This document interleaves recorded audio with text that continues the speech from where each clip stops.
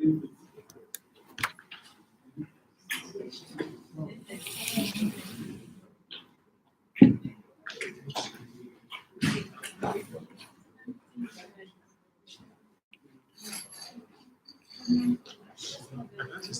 you just called it Dango.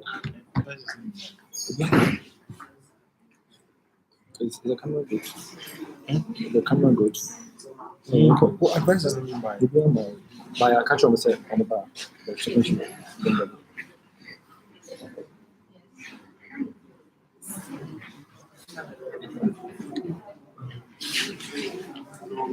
Hello. We're live from Ashesi University, Ghana. If you're watching from Gambia. Oh, you sent it on right? Yeah, they want to ship you. Okay.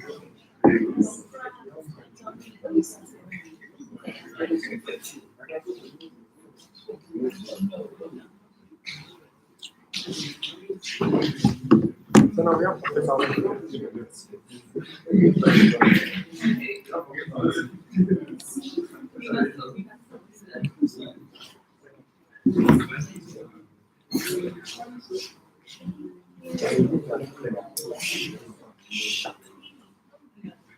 I have lots of meaning.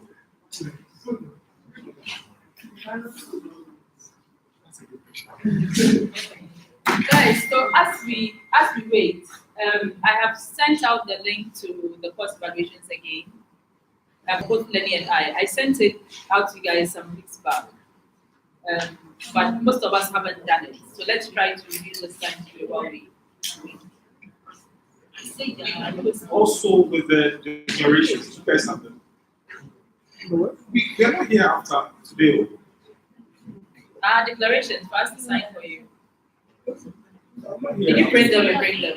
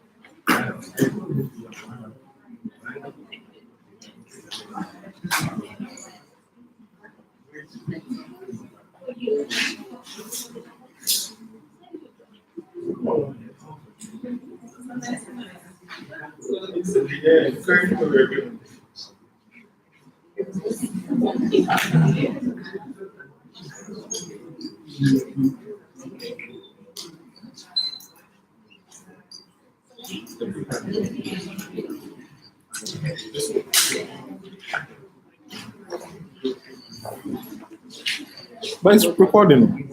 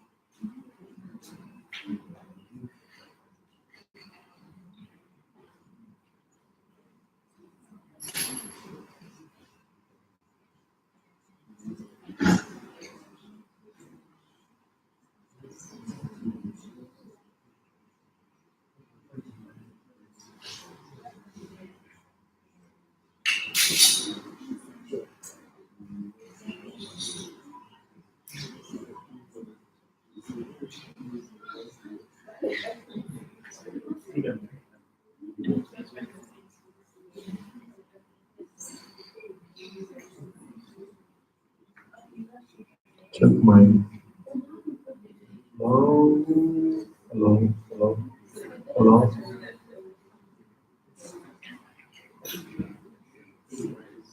Hello.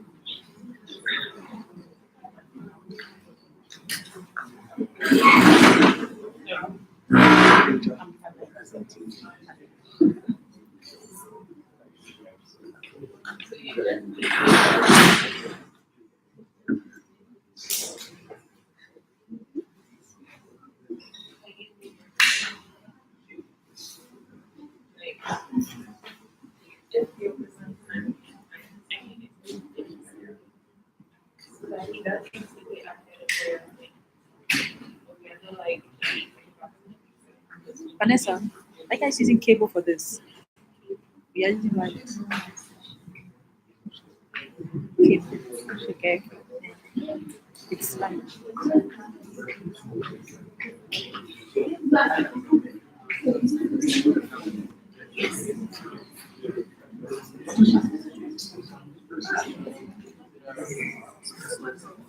Vanessa, did you have Abuja when you sent it out? My middle name. I will sign it without my middle name. You want your middle name? Yes. Yes, please. I will do that. Guys, the declaration, make sure my middle name is in the middle.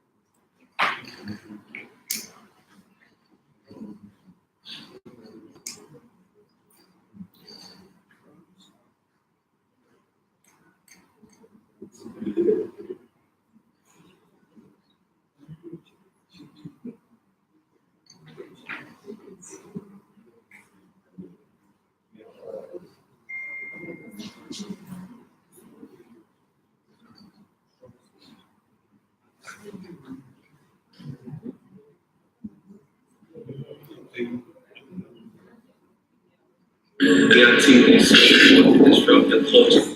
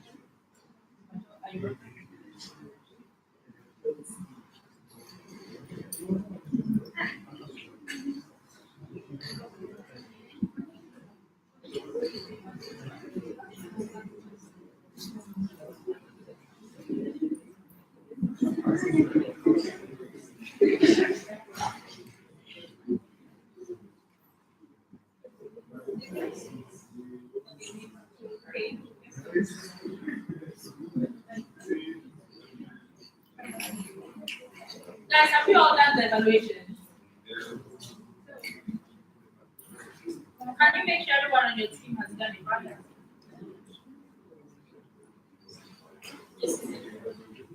And give us feedback. Yeah, you guys are done. Next year is another year. We want to make sure they get a better experience. So please give us very useful feedback that can help us improve. Yeah. Belinda, you've done it. Did you give us good feedback? Thank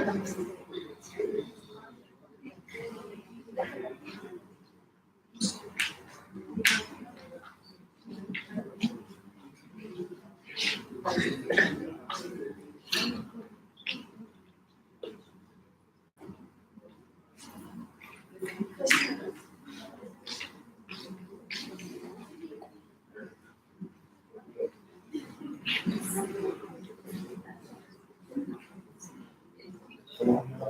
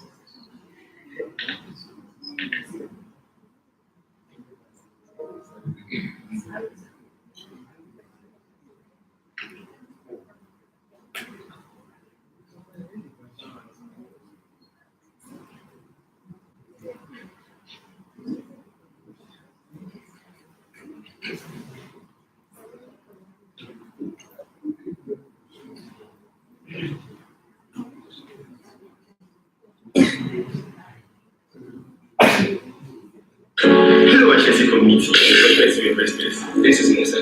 Hello guys, this is Abdul. I'm here to revolutionize the gaming industry. Hi, my name is Charles. This is Woody. We're working on 6 homes. We are activities to disrupt the culture. So, it's very interesting challenge. Chicken market is an operating commercial house that produces fancy and specifically Canadian bag of the cattle is added to our business. We are using that as a medical business to our community and will continue to customize the advanced based on our business. That's the next home secret. Property owners will share. How does the selling be? How does it show the gaming industry?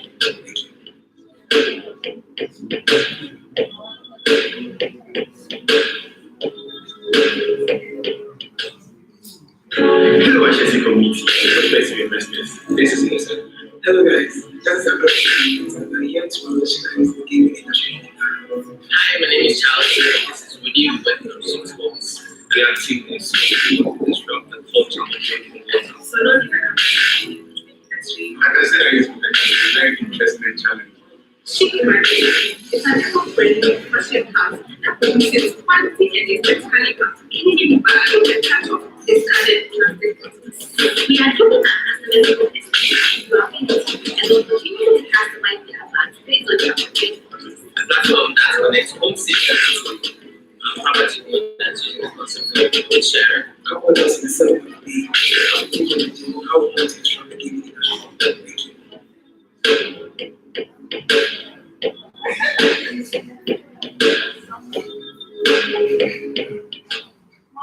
Hello, HSC community, prospective investors. This is Musa. Hello guys, this is Abdul.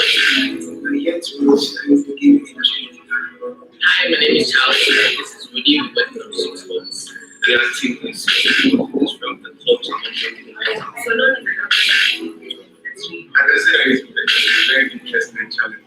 chicken market is an operating commercial house that produces fancy and specifically Canadian bag of the cattle is added to our business. We are using that as a medical business to our community and will continue to customize the advanced based on our business. That's the next home secret. Property owners will share. How does the selling be? How does it show the gaming industry? So the timer will go on before the next. You'll go on and then you might see the time. So just take it Hello, HSC community, prospective investors. This is Musa. Hello guys, this is Abdul. I'm here to revolutionize the gaming industry. Hi, my name is Charles. This is Woody. We're working on 6 homes. We are activities to disrupt the culture.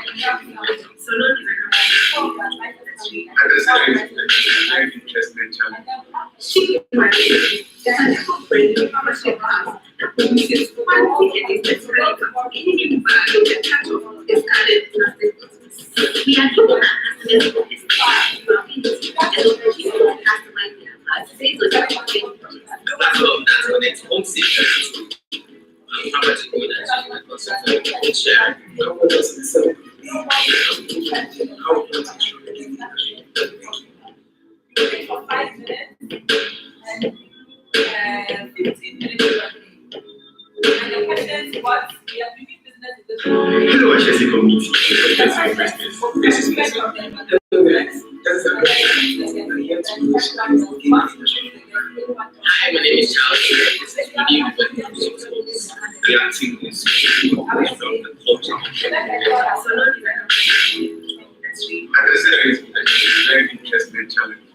Chicken market is an operating commercial house that produces fancy and specifically Canadian bag of the cattle is added to our business. We are using that as a medical business to our community and will continue to customize the advanced based on our business. That's the next home secret. Property owners will share. How does the selling be? How does it show the gaming industry?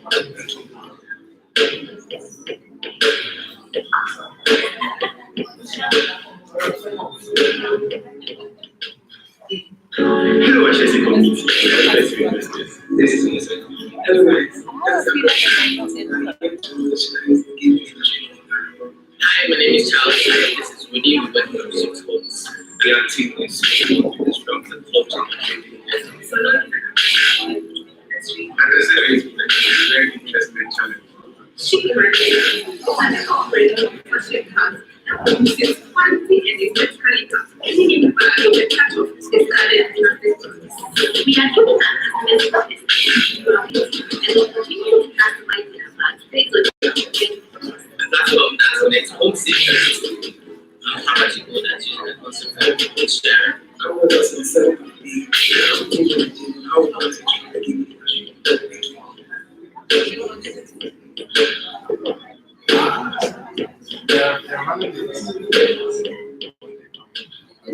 Hello, Jesse community.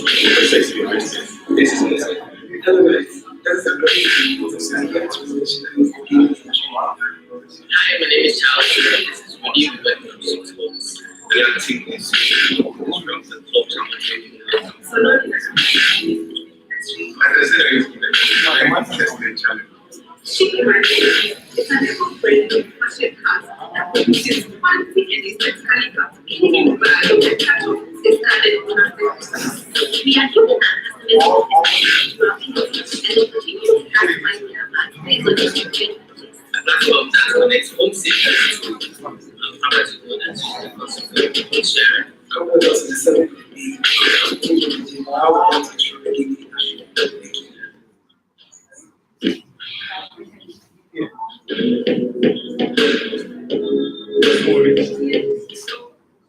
Hello, Jesse community. This is Lisa. Hello guys, that's a very I am to revolutionize the gaming industry. Hi, my name is Charlie. This is Winnie. We went from 6 homes. We are two this from the culture. So learning And I said it's a very interesting challenge. she graduated and operated entrepreneurship class that produces quality and exceptionally captivating environment that is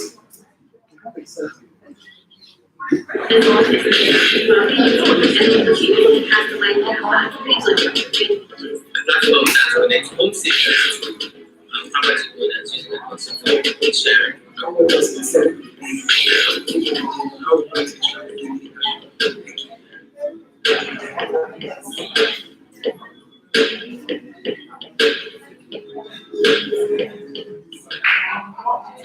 Hello, Jesse community. This is Lisa. Hello guys, that's a very I am to revolutionize the gaming industry. Hi, my name is Charlie. This is Winnie. We went from 6 homes. We are two this from the culture. so learning And I said it's a very interesting challenge. she graduated and operated entrepreneurship class that produces quality and exceptionally captivating environment that is studied in our systems. We are giving our customers and will continue to customize their plans based on the changes. And that's the next home season. How much you go that you can also share. How would us instead be how would us gaming industry.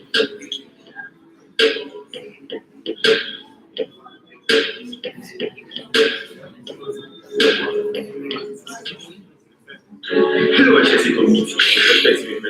This is Lisa. Hello guys, that's a very I am to revolutionize the gaming industry.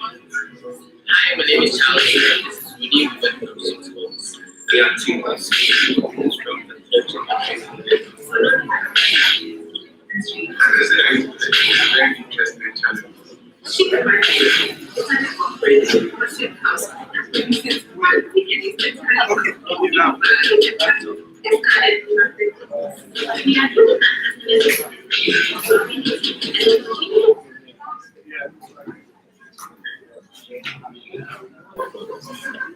and will continue Share. How would us instead be how would us gaming industry.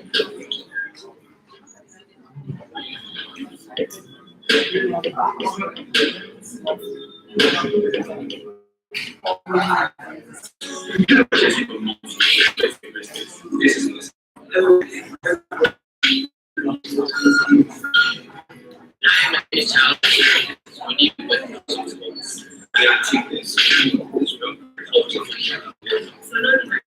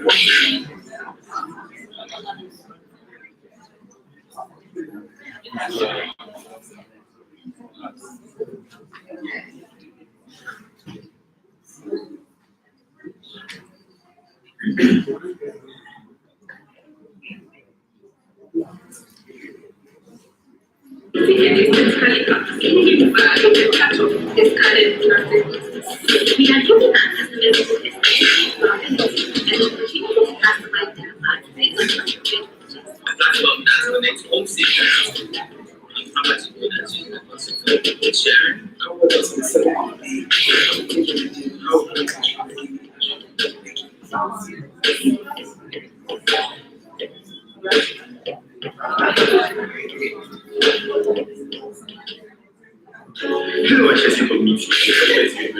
This is Nathan.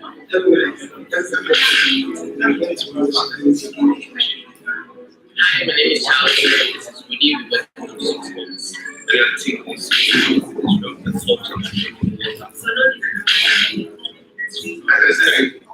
Guys, so good morning and welcome to today's presentations. We are running slightly late. We are 4 minutes late, so we are starting in the next minute. We have 2 evaluators in our midst, like I said. Other guests will be joining us and they'll introduce themselves when they get here. But I will pass the microphone on to the evaluators to just tell us their names, what they do, just quickly.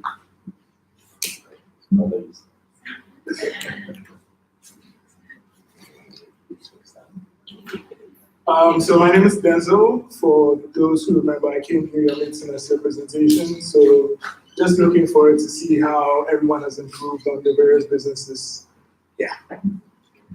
My name is Jidu Omar. I am the managing director of the Marvel Law Group, and obviously I'll be there to judge and see how you guys do today. I'm looking forward to hearing what you guys had from your presentations and things. So be enthusiastic, and I'm looking forward to it. Thank you. Thank you. And the others are Lenny and I, and then we have the online audience. So we'll invite Timisio quickly. Monsieur.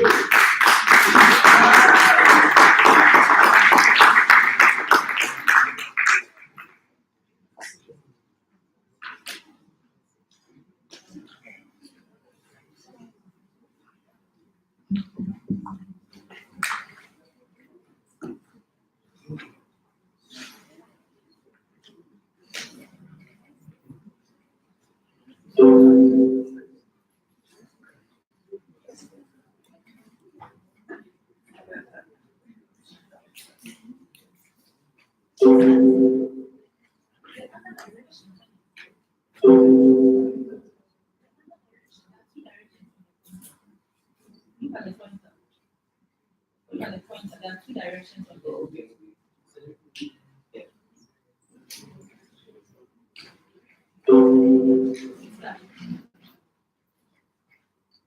Ladies and gentlemen, do you want to know the amount of water, the amount of plastic that Ghanaians are going to use by the end of this year just by drinking from plastic bottles and sachets? When you do the calculation, it brings you to a staggering 21 billion bottles or sachets of water. And what does this filth, this plastic go on to do? Well, this plastic, after we leave it in our environment, is non-biodegradable. So it's going to go on to create filth in our ecosystem. That plastic is also going to go further and create floods around us. as the plastic continues to increase, we're going to have more and more destruction of aquatic species.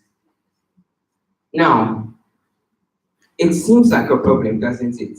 But these are not really the problems of plastic pollution. The real problem is that plastic does not degrade.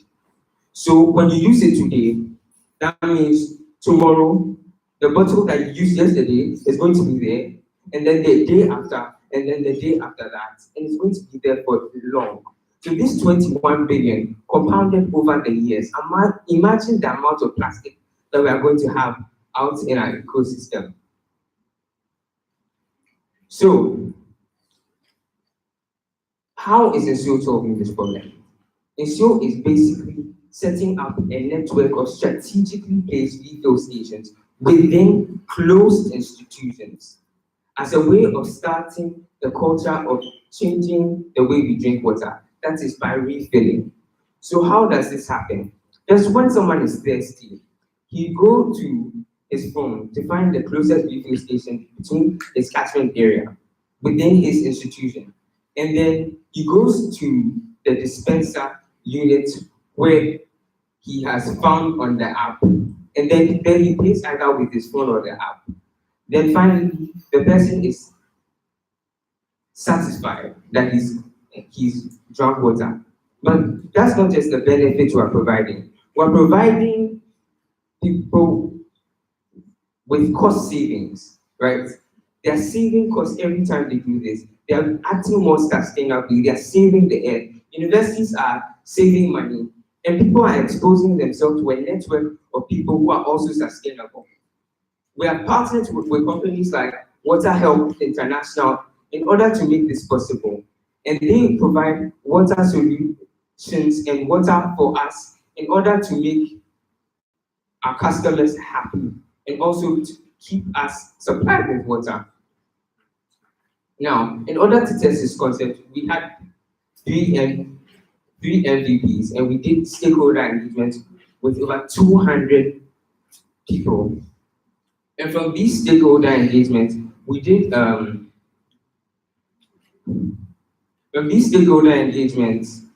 a simple prototype. This simple prototype tested hygiene. It tested whether people like it's tamper-proof. It tested so many things. So from those things, we were able to come up with a model, and then we learned about the functionality associated. We work in a new market. So nobody dispenses water the way we do. We're basically telling people, we are going to teach you how to drink water again. And so we need a lot of exposure. We need to create a lot of exposure to people. So basically what is happening now is we are going to do a campaign called the Pitch the Plastic campaign. We are going to do evangelism. We are going to put up posters. We are going to use social media in order to inform people about this. And through that, we hope to be able to catch the 5% of the University of Ghana population that is there today. We don't want 100%. We just want 5% of the people who are environmentally conscious, the people who would actually forsake convenience and start this culture of drinking water. And by doing this, we create a virtual cycle by which people tell other people, and then the 5% keeps growing bigger and bigger. This is our team with communal anchor Maliha Abdullahi and myself. And we are disrupting the culture of drinking water. Thank you.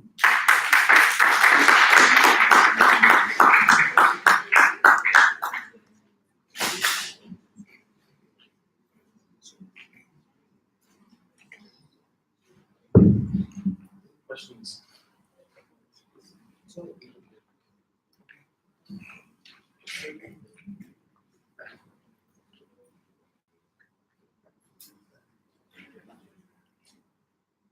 So I noticed that you're relying on kind of a mouth-to-mouth concept whereby people are encouraged to tell other people.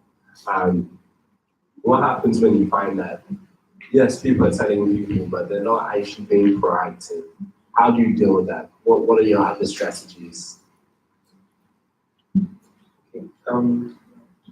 We have two main strategies. The first one has to do with our digital plastic campaign, which in every institution that we set up, beginning with the University of Ghana, we do a campaign that we partner with student governments to be able to roll out an awareness program within that particular community. But we do the setting up. So prior to the fact the refuel stations being in a particular place, people are already aware about the benefits they get on switching to our system. And we are using, because we realize that most people do not actually have a green mindset. Most people would like to say that they are green, but then actually they are not really green because they would like to feel cool about being green. But then they would want to know that they are saving money over a period of time. And with the model that we are giving them, we realize that they'll be able to save over 1,000 cedis over a year. So showing them that map will let them know that switching to our model is good. The second one has to do with the app concept that we are bringing on board. So we are gamifying the process. So the app gives users the ability to even post the amount of plastic that they could be able to take on social media, which gives them the feel of having, the sense of being green. And with that, also creating a network virtual cycle where other people also want to be a part of it. So we are using, that's why we are targeting University of Ghana because they are tech-oriented. And using that tech-oriented nature of the target group that we are looking at, we'll be able to leverage on that characteristic that they have to be able to create the sustained customer acquisition that we need using this. Now, I believe that this is kind of a short-term solution, if I'm not mistaken. When I say short-term, I'm talking 10 to 15 years.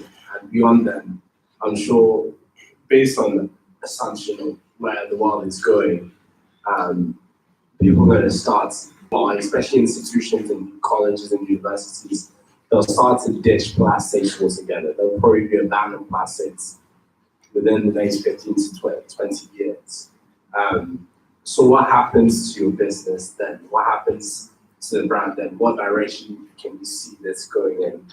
Well, apart from the fact that this company is generally about making money, we're also centrally about actually improving the human life of people. So that if plastics are ditched, which will reduce the BPA contents that people consume to give them cancer over a 20-year period of drinking water, then that's something that's actually good for us. So if plastics are ditched, that actually increases the demand for the things that we're actually providing. And since we are new in the market, it will give us the ability to have the market presence or the market leader credibility.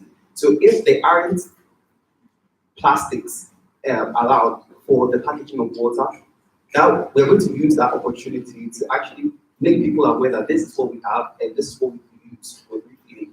So actually it would go very well for us if they ban plastics, because that would increase our demand and that would also make us more desirable.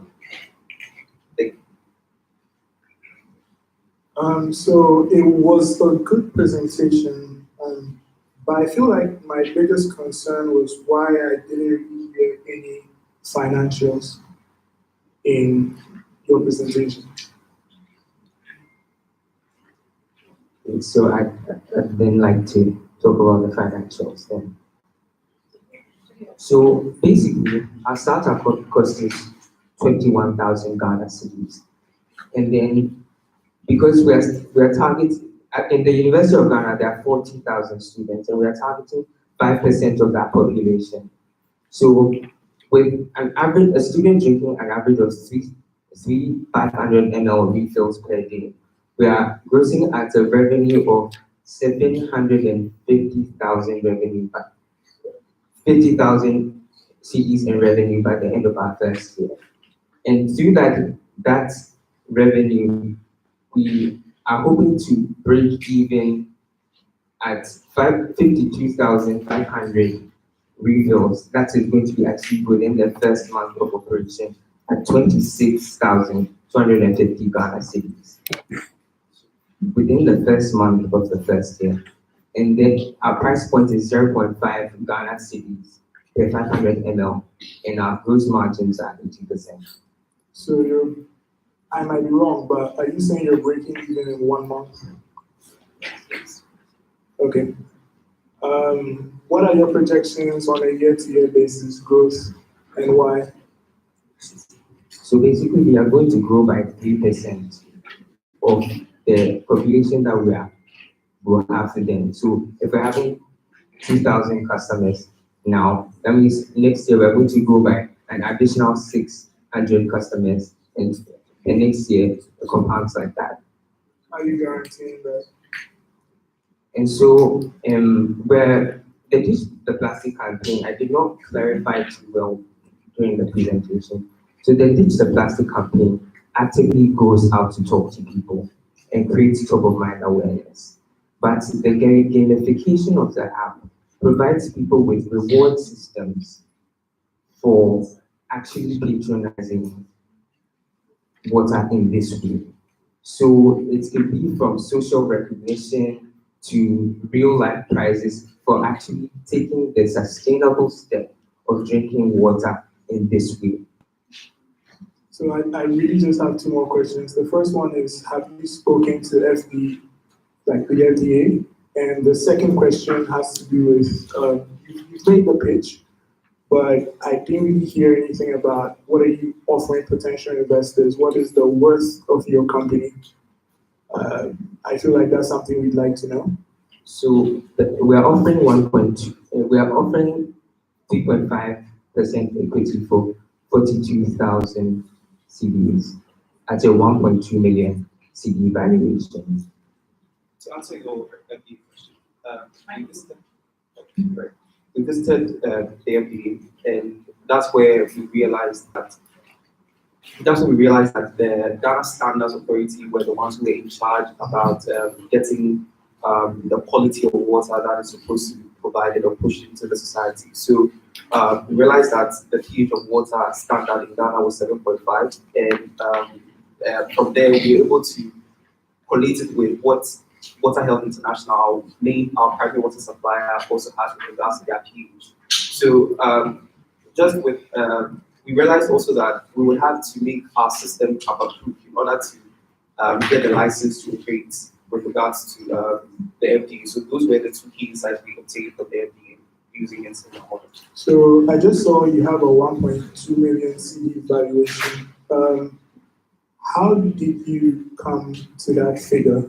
And after you answered that, you're giving out 3.5% of the business for 42,000 CDs, but as entrepreneurs or as the owners of the business, what have you so far put into the business, or what are you essentially contributing outside of this 42,000 CDs? Because you mentioned previously that startup cost was about, what, 21,000 CDs, and you're asking for 42,000 CDs. So is the investor starting the business for you? If so, is 3.5% equity fair? And how did you come to the 1.2 million CD valuation?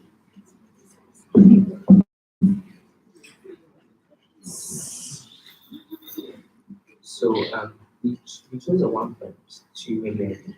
We worked out to a $1.2 million valuation because it's CD, sorry. Because we're also thinking about how the company is going to grow over the years. With time, we're not going to only stay in the University of Ghana. We're going to expand to other institutions. There are at least 4 other universities just as big as the University of Ghana. And so if we are multiplying our revenue figures at still the 5% point by these 4 places, 7 4 is 28. That easily hits the $2.8 million mark. It's CD. And so that's why we're having the $1.2 million valuation. And for the 42,000 CD that we are requesting for, we're going to be hiring people to the stands because it's a very new thing and people need direction, at least in the first year, right? So the 42, the 21,000. So we are beginning with 2 refill stations. 3 refill station costs 1,000, which makes it 20,000, and then we are building the app at 1,000. So that makes it 21,000. Now we want to also incorporate the fact that in every station we have an employee who will be there example, we are paying 500 CDs per month. So collating those factors of cost together, that's how come we came about with the cost of the 42,000. With the part that we needed to actually begin the company with setting up the company so as we can run with our launch. Yeah, I understand all that, but the question I asked was you're offering 3.5%. So basically, whoever invests everything is starting your business for you. With us, yes. So then what are you offering to the business? Because I'm giving you the money. If I don't give you the money, you don't start anything, and you're giving me 3.5% of the business. Do you understand where I'm coming from? So it's like I'm genuinely asking what is like the thought process behind the 3.5%? So 3.5%. And so basically, the investor invests money, and the money is supposed to do the work, basically. And so we are offering our skills as just beginning entrepreneurs at this point in order to make that 42,000 be worth 1.2 million in the very near future. And so from 42,000 to, I mean, our valuation is flexible, but that's the point. So then comes my next question. Your valuation, what method did you use to value the company? Because how do you explain it? You use the multiplier to multiply what? Your revenue? Not your profit, your revenue. Okay. So just like what genuine method is that? Because I don't really know a method like that used to value companies, especially startups, because revenue is projected. It doesn't really mean much if you haven't factored in every single one of your operational costs, right? So then I'd like to think you'd be using a net profit or your bottom line profit to project forward, then discount it backwards, right? Which just goes to show what you use to discount, because 1.2 million CDs, not that it is impossible, but it's a very large figure, and I'm not really getting any backing towards that assumption of 1.2 million. Right. So the $1.2 million valuation. So what happened with the valuation is earlier on we had a way bigger valuation, right? It was about $2 million. And so we stepped back and then we tried to do the discounted cash flow model again. As a starting business, we do not have all our costs. We don't have everything. There's a lot of things that are not clear yet. But so with what we had, this was the valuation that we arrived at, which we think was way more real than the $2 million one, which is actually $10 million, 10 million Ghana cedis. So from 10 million Ghana cedis to now, we're still fine-tuning it. At the beginning of the course, we did not know a lot of our costs. Now we know more of our costs, and so we've added it more into our valuation, and it affects the net income and eventually the valuation too. So as time goes on, as we do more work on the project, that valuation will be fine-tuned and so it'll either be justified or not. Thank you so much. Can we give a round of applause?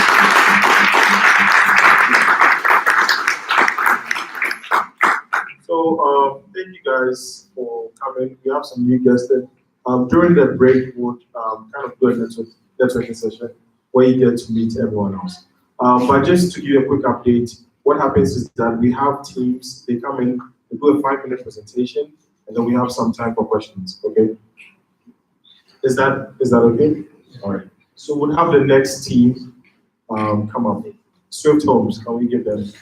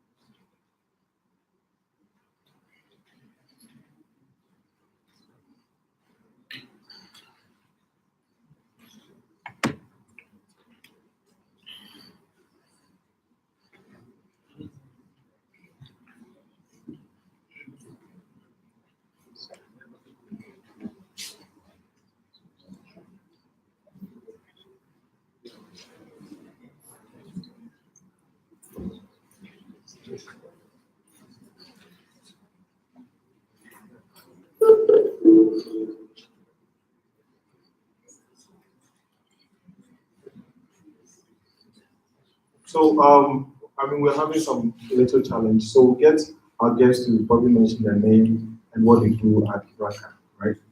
So I'll start from this wonderful lady. My name is Dr. Seto. I'm an admin.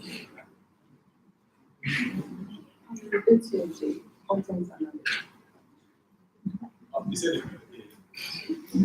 I'm an ATJ, content analyst. I'm Manuela Performance accountant analyst. I am Julius Leslie Kwashi. I'm a software product analyst. I'm Kwame Omoko, product analyst. I'm Edward Yabwa, and I'm the UI and UX designer at Raka. My name is Ernest Oselius. I'm in finance. I'm Cynthia Granting Captain.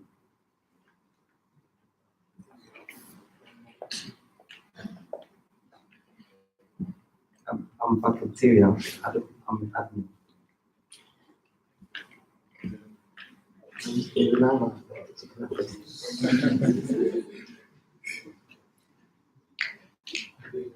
I'm Bishop Okwajiman. I'm a serial entrepreneur. I'm a tech genius. I will give them a round of applause. So as you can see, guys, we have some finance people, we have admins, we have a UI guy, we have some, what else? Products analysts and all the analysts, right? So they'll have very interesting questions for you, right?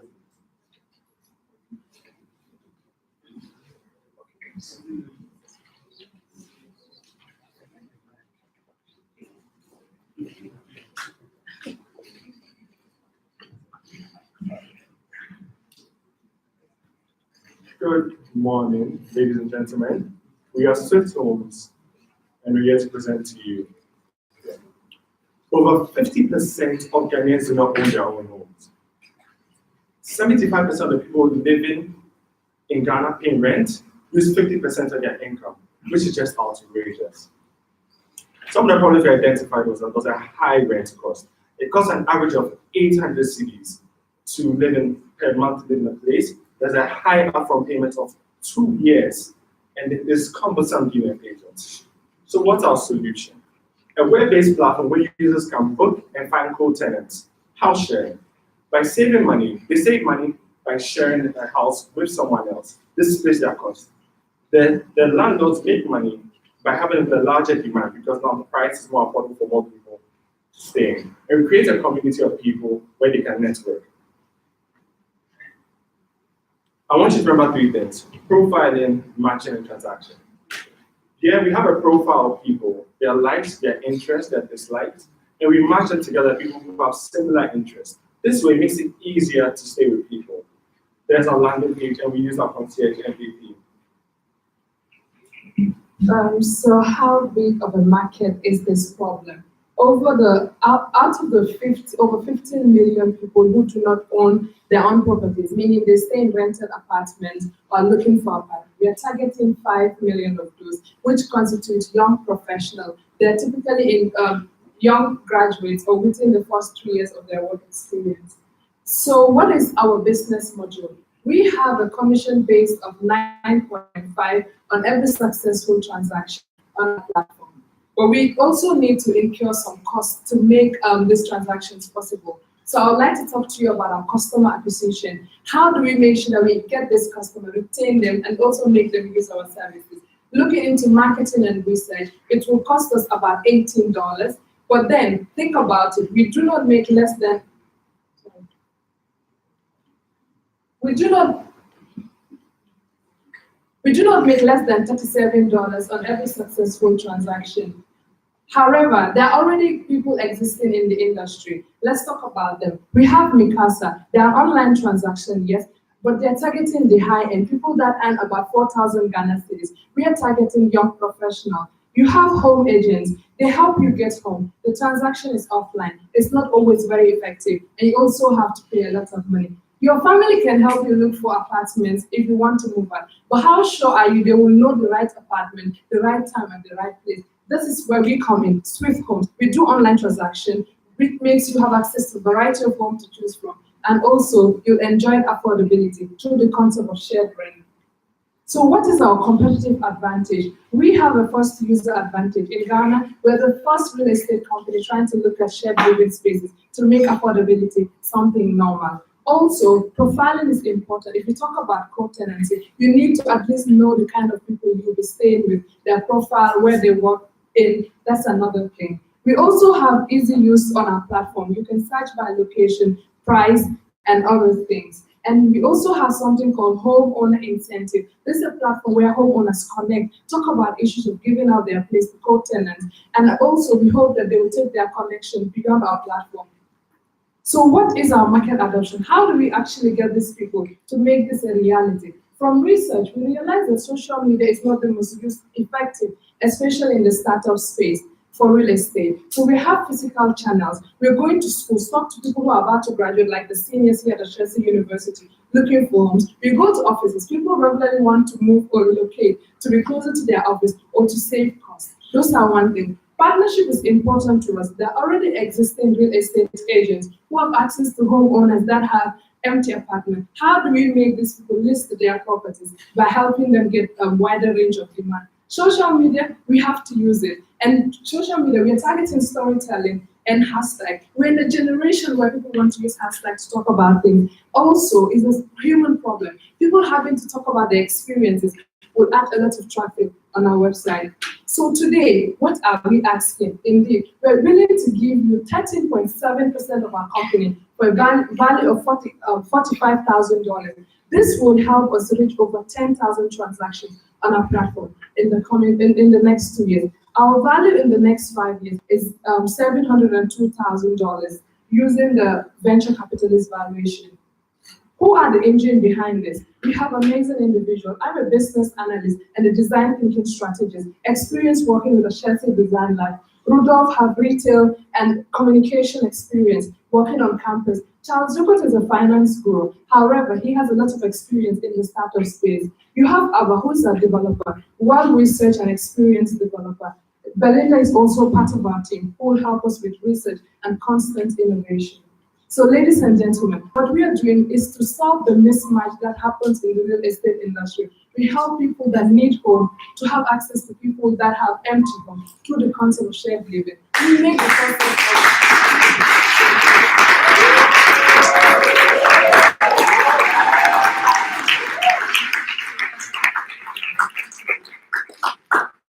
Thank you. Take some questions.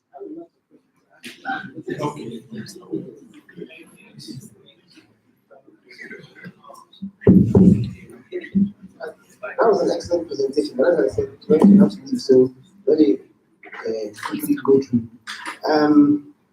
So, first of all, since I'm somebody that has to invest in your thing, there are certain things that I would like to know about how you handle it.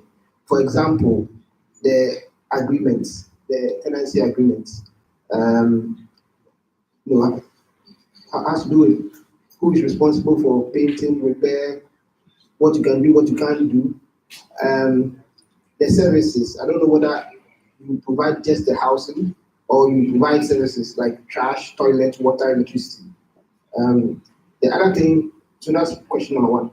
Question number two is, do you consider just long-term contracts or shorter-term contracts? In other words, how different are you from Airbnb, right?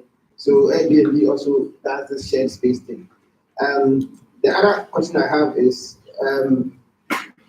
in Ghana, although this idea of shared is very important, I would argue that even if I am a landowner and I want to rent my building or I want to rent my room, it's a very difficult thing to find the right people to rent my building.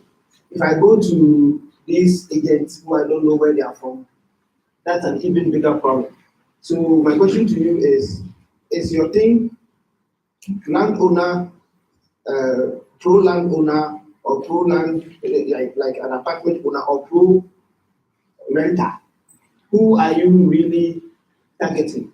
And how are you managing these two so that we come to like an effective, because I think that the demand probably is more with single families, something like people just looking for a place, not to share. I can be looking for just a one room for myself, somebody will be looking for a room for their family. So is that something else that we are also looking at? And anyway, I don't want to take too much time. So. Thank you. So we will start with what type of contracts are we looking at? So for now, we are dealing with longer term contracts, so at least 1 year. This is because we need to be able to convince the property owners that the co-tenants that are coming to be in your place, these are reliable people. And because we're dealing with young professionals, profiling becomes a very fundamental aspect of our business. How do we make sure that we have information such as where you're working? So we're going to partner with a company called eOutsource. They help us in terms of verification of the people we have on our platform. So your other question, the other question was about how are we helping these landowners? So one of the problems we actually identified was that property owners do not have issues for co-tenancy. Their pain points were one, they want to be able to make sure that people pay. Second, they don't want to deal with the tenants on a personal level. So if we can give them that assurance, that will be fine. So that's why the issue of we're not dealing with maintenance and toilet operations for a start, because then it is just too much. We want to be able to successfully run a business about co-tenancy, matching and pairing, like profiling and matching, and successfully getting them a house that they need. So let's say 2 people who want to stay in East Legon, and their budget is about 600 Ghana cedis, and Charles has a house of 3 bedrooms, and which goes for about 1,600 Ghana cedis. If those 2 people can come together and live in that apartment, what that means is that they are able to pay the rent based on their earnings. However, there was something that came up. How do we make sure that the people that are there respect each other's rules, or in terms of what they say, that's who they are? We don't want to take that risk for now. It is an advice we got from our advisors and just constant research, because if we want to go to the details of how they live in their homes, then we are putting our business at a risk. But what we can do is we will build on our reputation using the eOutsource to do the verification. And then if those people should be very good, then we will use referrals and reviews of the people for homeowners to trust in our service. In the future, we will look into maintenance and other services. If your questions are answered. Yes. So please, let's keep the questions brief and the responses brief so that we can get through as many as possible. Very quickly, so how are you sourcing, how are you getting the word out that this house is available? And how are you able to get the people with the houses to tell you that this is what is available? And how are the how do you say, the people who need the houses? Is it just online? The question. The reason I'm asking is that in Ghana, I mean, it's really hard to sort of assume that everybody does things with internet, or people just go and try and ask, can I get a place to? How are you improving this kind of information gathering to match the demand with the supply? Yes, so we are partnering with already existing real estate agents. So there's a company called Cellrent. They have a cluster of tenants who have empty apartments for the past 2 years. So through them, they're making us have access to those property owners. For the demand side, we're going to do more physical channels. So talking to students like about and we'll be doing national service and taking short-term jobs will be one way, and then we are going to do a lot of office. Social media is a secondary. We did understand that in real estate, social media is not the best, and with social media, Facebook and LinkedIn are the only channels that are actually a bit more effective. Okay. Sorry, the last question. Briefly touch base on the payment plan. How does that work? Because you said you do 1 year leasing. So is it a case whereby you pay 6 months upfront and then the rest is paid off, or is it you pay throughout the year? Because it's unfair for some people who don't have that money. So what we did is that we were able to get a few landowners who are actually interested in taking they don't mind taking the rent on a monthly basis. But what that means is that we have to find a way of securing that they get their money. Some, I guess, they're currently considering getting maybe their parents or family members to co-sign on the tenancy agreement. But that when they default, they have to pay us for the rent. So those are some of the things we're doing. Those are some of the issues that we found in our research beyond the upfront payment. So, and I'm talking to landlords, what their biggest fear was, how can you secure me on my money? How can I be assured I'll get my money? So once you're able to do that, it's gonna work. So that's where I was going to come in from. You were saying you're going to consider co-signing. I know this might not be something you further thought into, but how do you then guarantee that co-sign actually pays just because he or she puts a signature on a piece of paper? Well, that's something that we're currently considering and thinking about. But some of what we learned from models in other countries is that the other tenant then becomes responsible to pay to pay the other tenants bill. But then it's something that we need to think about further, find a way to enforce and ensure that people actually pay their bills. And what do you make from a transaction? What do you get from a transaction? So currently in the markets, we have agents charging 8.5%. In Swiss homes, we charge 9.5% of each transaction. In addition to that, we have, say, for the matching, if you get onto the platform as a user and you want to move into an apartment and someone is interested in that apartment, before you get in touch with that person, we charge $6. So like to confirm that we want to make money both from, let's say, the tenant and then from property owners. So 9.5%, and that's equivalent to $37 per month. So just want to ask you, what's your entry strategy? Because like you mentioned, the existing rates on the market is about 8.5% for average agents. So why are you proposing higher? How are you going to beat the market? So at Swiss Homes, one thing that we pride ourselves is the guarantee of you getting your money. And also it's property owners, they have to pay, let's say you are a user, you have to pay the agent, and even a property owner also have to pay the agent as well. And more often from our research, what we realize is that agents are also not reliable. So on Swiss Homes, property owners can sit at their comfort, just put their property on Swiss Homes website, and then get tenants to get into their apartment. And in addition to that, because we are reducing the upfront payment, because we are charging a higher commission, because that's a risk we are bearing. So we can say that we're giving the tenants value of not having to pay the 2 years rent advance payment, which is a huge problem. So they will be willing, from our research, to pay just a little more and to take that huge burden off them, especially for our target market, which is young professionals who earn. How many owners or property owners so far have you spoken to, and how many have agreed to sign on to the platform? So since last year, it will be over 70. But then in terms of people that are willing to try with us, especially the payment, 12 to 10.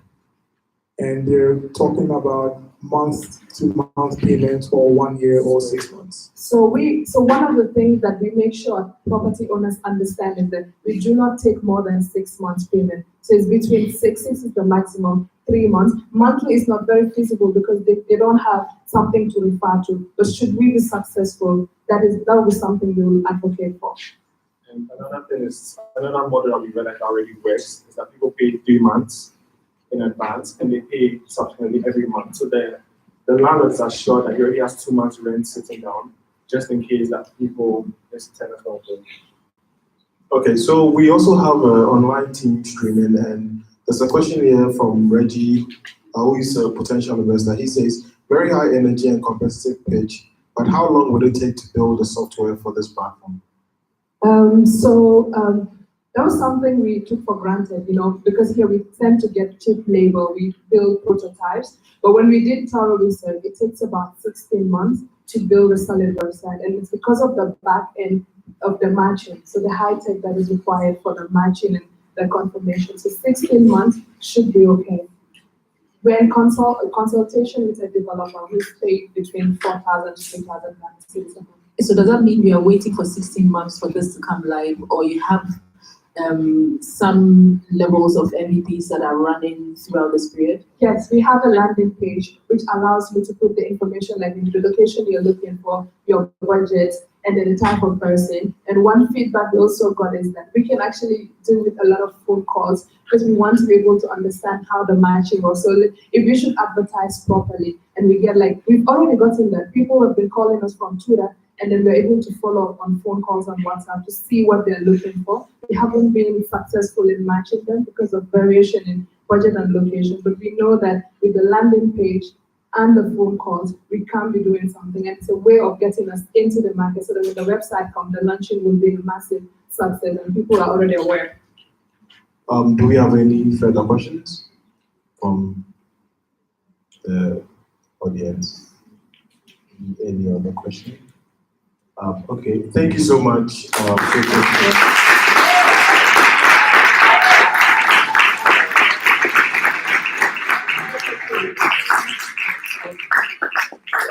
we'll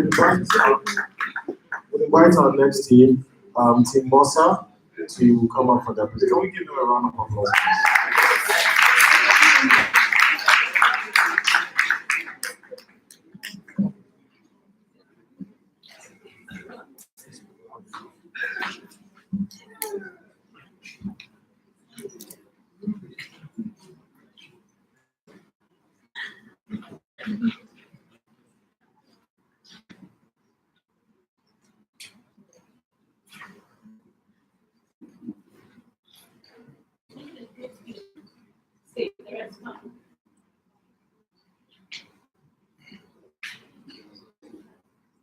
Hi, my name is Ekwa, and I'm so broke. I had to make countless road trip, and it was considering the high cost of fuel in Ghana. Hi, my name is Mr. Toys, and I recently moved from Ashama to Tema. Some boys have to pack my item. They do so unprofessionally. Oh my. Hi, I'm Isiata, and the last time I lost items were 50,000 Ghana cedis, and I'm still looking for those items. Just yesterday, I moved. Some unscrupulous boys broke my jar with 10,000 Ghana cedis.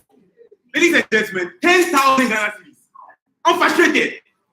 Ladies and gentlemen, all these are problems resulting from the tedious relocation experience in Ghana. This is where Mosa comes in. Mosa is a relocation company that provides a trackable van, professional labor, and customized demarcated boxes. The reason for providing a trackable van is to ensure that the items of our customers are transported safely. Also, the reason for providing professional labor is to ensure that customers' items are not broken or damaged. This is the same reason why we also provide customized demarcated boxes for our customers. One amazing thing about Mosa is that all our offerings are very flexible, meaning our customers can choose to purchase the professional labor and the trackable van without necessarily having to purchase the customized demarcated boxes. Our target market comprises of 2 million people, and for these 2 million people, the values we are offering include the provision of demarcated boxes and the ability to track their delivery vans. Our customer segment comprises of 2 main individuals or 2 main groups of people, and these are middle-income homeowners between the ages of 18 to 35 years old and tertiary students. In reaching these people, we use digital media. We also partner with real estate companies. The reason for partnering with real estate companies is that we realize that a large chunk of our market have direct contact with these people. And we also partner with Royal Crown Packaging for the supply of our demarcated boxes, and also partner with logistic movers for our van that we rent for them. Our cost structure comprises of the labor fee, also the cost of the materials we use in providing our services. Our revenue streams come from 2 main people, that's our customer segments, the homeowners and tertiary students. And they include the price paid for the boxes, the price paid for the rental van, and the price paid for the labor.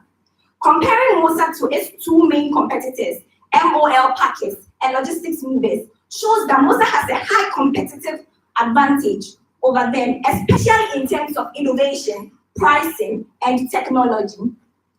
After surveying over 400 respondents, Musa realized that 80% of homeowners are interested in moving with us. We also realized that 92% of students are interested in moving with us. At the beginning of this semester, we conducted our MVP test. And for this MVP test, we moved 10 students at the beginning of the semester from their homes to the Ashesi University campus. Our projected revenue for the first year is 613,000 Ghana cedis.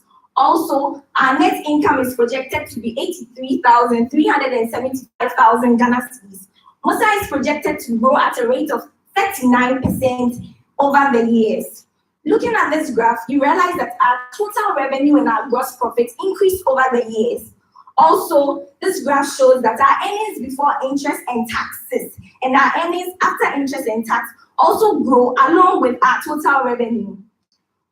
Distinguished investors, Musa is seeking 1.9 million Ghana cedis from you for a 25% stake in our business. Musa, we move, you snooze. Thank you.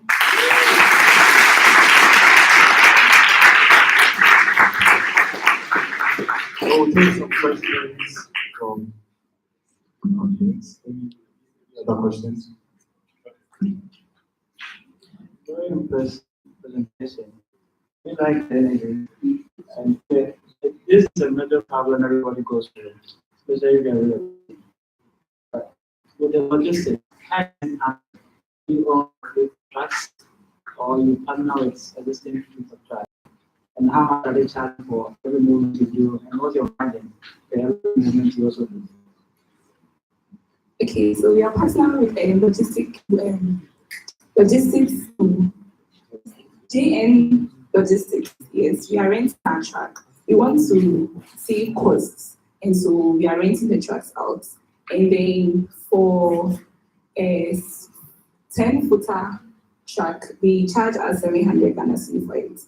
And we make 300 Ghana cedi of every customer group. Does it vary based on distance, or once you take it, you just pay a fixed amount? Yeah, so if it's a 10-footer, then it's 700. Wherever you take it to? Yes, for the day.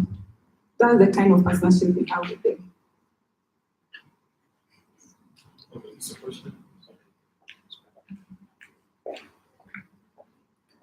Very great presentation. Yes. Simple question. How old is the business? Yes. Okay, so why I'm asking is I see that from day one the business is profitable. So why are you seeking that we invest in the business? What do you need the money? Okay, so in the long term, we want to have some assets.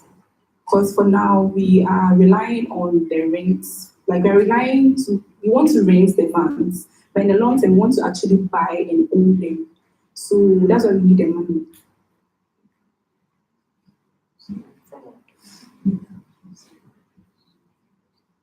Are you responding or make it clearer? So in addition to that, we also need the money to be able to scale as a business, because then as we grow, we'll need more assets to accommodate the demand we will face, the high demand we'll face as and when necessary. So we need the money to be able to buy certain assets as a business, because currently as a startup, there are certain things we do not have at the moment, and we'd like to have those things in the near future. I would like to know, you spoke about tracking the track, right? Do you have a system in place for that already? So we are currently in contact with a software company who's willing to develop the track that will just place in the van, and then the customer will have an app on their phone to be able to view the process in which the track is going through. So the app is not already developed, it's not there yet. And so it's currently in process. So when it's in process, when it's done, how are you going to test it? How are you going to see if that actually works and it does the job you want it to? Yeah, so that will be the second phase of our MVP testing, which will be to move a homeowner and then test the viability of the app. So we're going to place the GPS tracker on the van and then have the app on with the customer and then know exactly where the track is in time.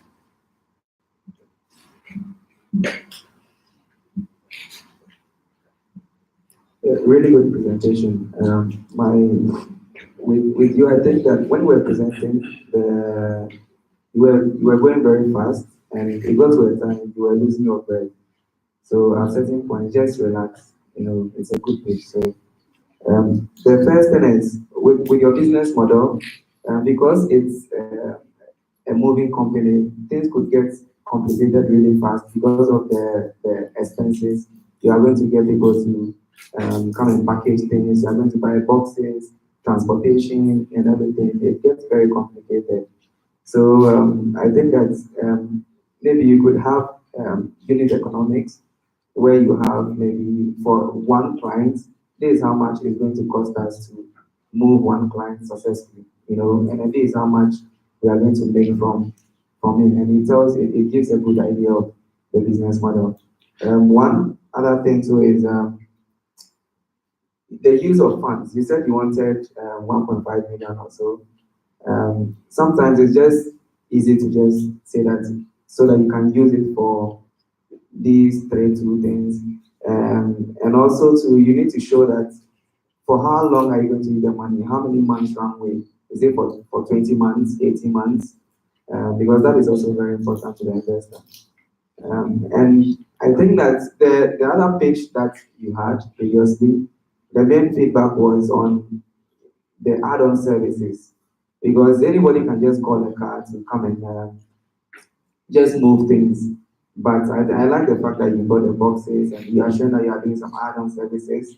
But I wish that you could have explained that more and shown that that could be the core of your business and the differentiator. But at least it's better than, I think you guys worked on it, so it's good. Thank you. Do we have any more questions?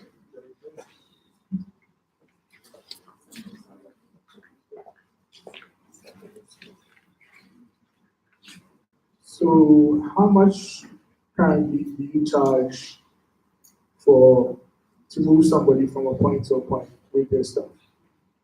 So our pricing model is in 5 parts. So we have the distance, the weight on the items, the labor, the cost of the boxes, and then the flat rate for packing and unpacking. So we get per person is 1,400, and then it costs us close to it's 1,600, and it costs us close to 1,200 for that. So we make close to 300 plus profits on moving a customer. How does that compare with your competitors?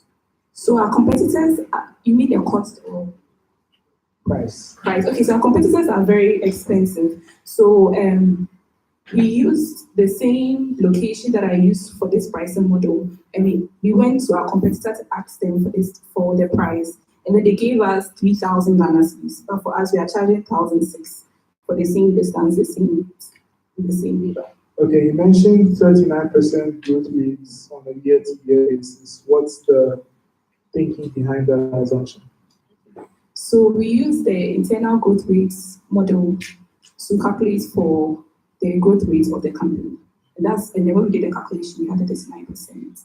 And then also we are looking at how we are going to expand. So over the years, we are going to expand our customer segment to companies, and then we are going to move from university students to secondary school students.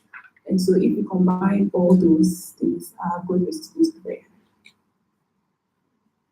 And your valuation method? We use the free cash flow valuation method.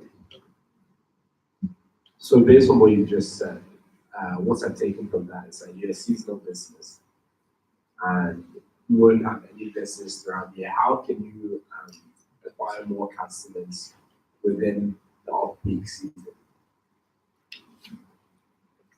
So to compensate for that is the flexibility of our offerings. So you don't necessarily have to choose everything. You can choose the boxes or the professional labor or the trackable van. So then you don't need to have everything before you can patronize our services. I don't think you answered the question. So the question is, what happened in the off-peak season? Because there's at the beginning of the year and the end of the year, or beginning of the semester and end of the semester when people will be using your service. So what happens in between then if you're targeting university students and high school students? So to answer your question, for moving beginning of the semester, end of the semester, that's for students. But then we have a different customer segment, which is individual homeowners. So they move within the year and buying time. So we'll be able to target the low seasons during the movement. All right. Thank you, Mosa. Can we give them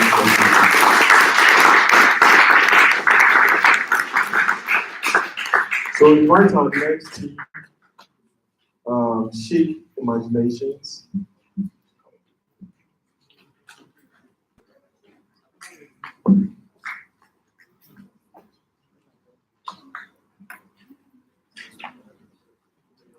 Good morning, ladies and gentlemen. We are Chic Imaginations, and what we simply do is to make people look good and feel good for saving the environment.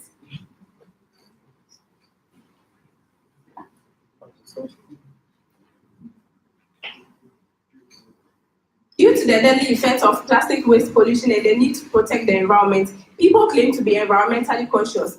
But when asked whether they engage in activity to save the environment, such as using recycled plastic accessories, they said no. And their reasons include that such products are not aesthetically appealing due to the plastic waste usually too obvious on them. Due to this, it is only 5% of people who are actually environmentally conscious that use such products. However, if we are leaving the use of recycled plastic accessories to only 5% of people out of the huge number of people who contribute to the creation of plastic waste, then we are not getting anywhere in solving the problem. So how might we make recycled plastic accessories appealing to not only environmentally conscious people, but a larger population to speed up the process of combating plastic waste pollution? Chic Imaginations is an eco-friendly fashion house that produces quality and aesthetically appealing bags from plastic bottles. The value customers get from using our bags is that they get to use recycled plastic bags that are aesthetically appealing. Unlike the ones currently on the market, ours is obscured with fabric. Also, we give our buyers the opportunity to customize their bags based on their preferred features. Then again, our customers have the opportunity to bring the bag they bought from us for renovation.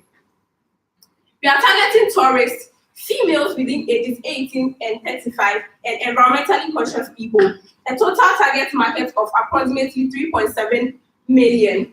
So this is how the business works. We collect plastic waste from sorting sites. Currently, we collect it from Ashesi, and then we prepare the plastics, design and make the bags. Then we sell it through our channels, which are online platforms, and which are websites and social media platforms.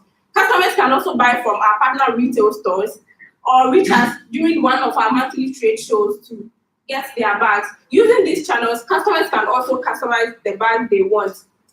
After all this, we make money from the sale of our bags and then fees we charge for renovation and customization of customers' bags.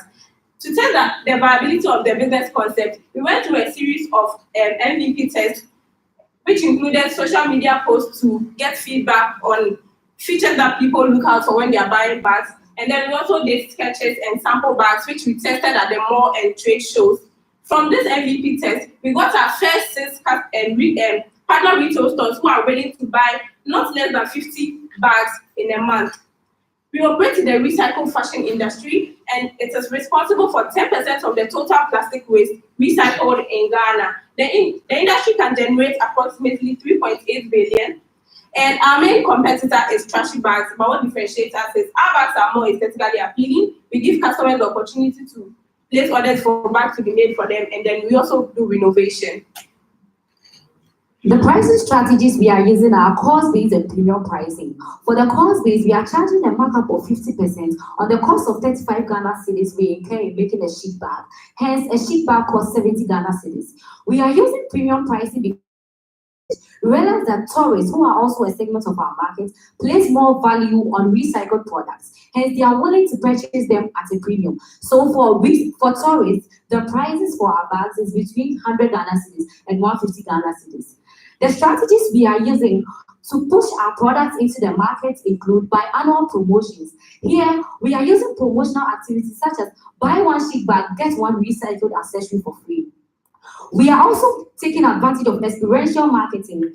With that, we are engaging in sanitation hackathons to create awareness of plastic waste pollution and also the need for people to use. Another strategy we are using is to release innovative bag designs each year, which will be a form of following the fashion trend to make bags for our customers. In our first year of operation, we expect to make 2,568 bags, and this is translating into 180,000 Ghana cedis. The total cost is 91,800, and we are making a profit of 88,200. Our revenue is expected to grow by 50% over a 5-year period because we are going to increase our channels of operation and productivity. Chic Imaginations is valued at 3.2 million Ghana cedis. And ladies and gentlemen, we are seeking an investment of 30,000 Ghana cedis for a 10% stake in our business. Please join hands with us to save the environment for the next generation after us to also have a place to live. Thank you.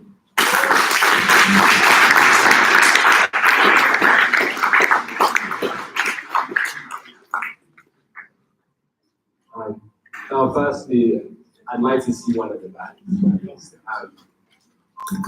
Secondly, I like that well done on your presentation, by the way. I like the fact that you guys are all female band. I think that's amazing. You should take credit for that. Also, I would also like to say that the fashion industry is completely saturated with these kind of brands. What really makes you different? That's my question. What makes you different to X brand or Y brand? Okay, so from our research, we are really targeting people who are environmentally conscious. With the issue of plastic waste pollution, we expect people to choose our brand because it's helping save the environment. Then again, we are giving people the opportunity to customize bags. That is something that most fashion companies do not do currently. We are giving people the opportunity to customize their bags, and then we are giving people the opportunity to bring their bags back for renovation and repairs when they become old. That is something that is currently not being offered. Thank you. Your presentation was very good. My question is with regards to your premium pricing, which is targeted to tourists. So what I want to ask is how do you target it just to tourists? Because if I should come to Machesi and there's a sale, how do you sell the same bag to someone that's say 70 and to another person that's 150? Okay, so we are reaching the tourist segment of our market at our monthly trade shows. Currently, we have signed up with one trade show, which happens at the Dubois Center. It happens twice every month. And a lot of tourists come to that trade show. So we are looking forward to using the trade shows to reach the tourist segment of the market. That's why we are going to sell our bags for between 100 and 150 Ghana cedis. Is there a follow-up question? Thank you. Follow-up. So you also mentioned we're going to do social media marketing. So for a lot of people, I buy bags like this once in a while.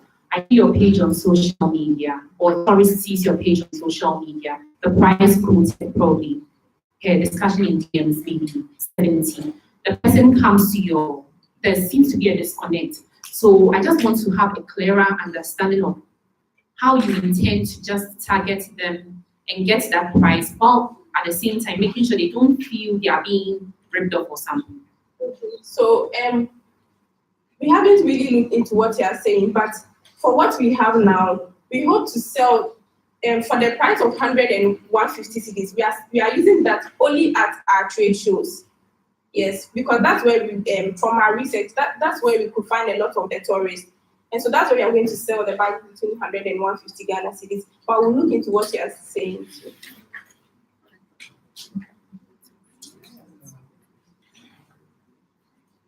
About the same, I had the same question, and I think it's very simple. If you are targeting tourists or whatever, then it means that you are targeting the global market.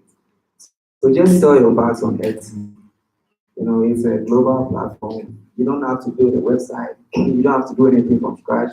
You just sign up and then you sell these bags, and you go sell them $50, $70, or $30, $40. It's nothing there. It's just money for lunch. But probably it's like 200 cities, 50 cities here. And the tourists, whenever they come here, when they come fresh, they buy things, but when they stay for a while, they are very, very pricey. They look at prices a lot. So you would want to sell Etsy, or maybe you might consider building your own online sites to sell to the outside world and charge a premium. My question is about traction. Since the last page, have you done any, have you sold any bags to validate your idea? Okay, so we from the last page, we just got a confirmation from one of our partner retail stores that we should make the 50 bags for her, and we promised to make it and to deliver them at the end of June. Okay, that's good. And also with your business model, who makes the bags? Do you do it yourself, or do you have some local suppliers?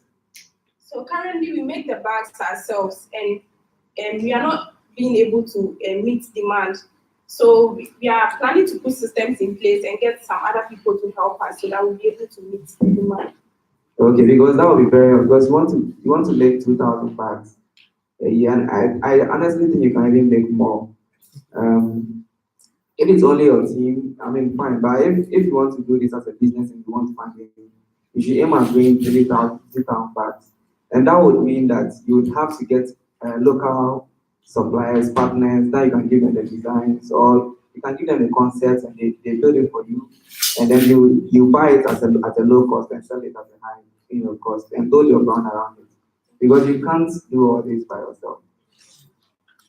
And I like the idea about bringing it back for, so nothing goes waste, right?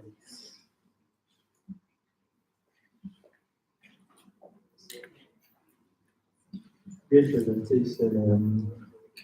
I think I like the bit about how you tend to market the product and the campaign about trying to orient people's attention to keeping being environmentally friendly is something that will inure to your benefits, because when people are environmentally friendly, they are ready to even pay more for your product.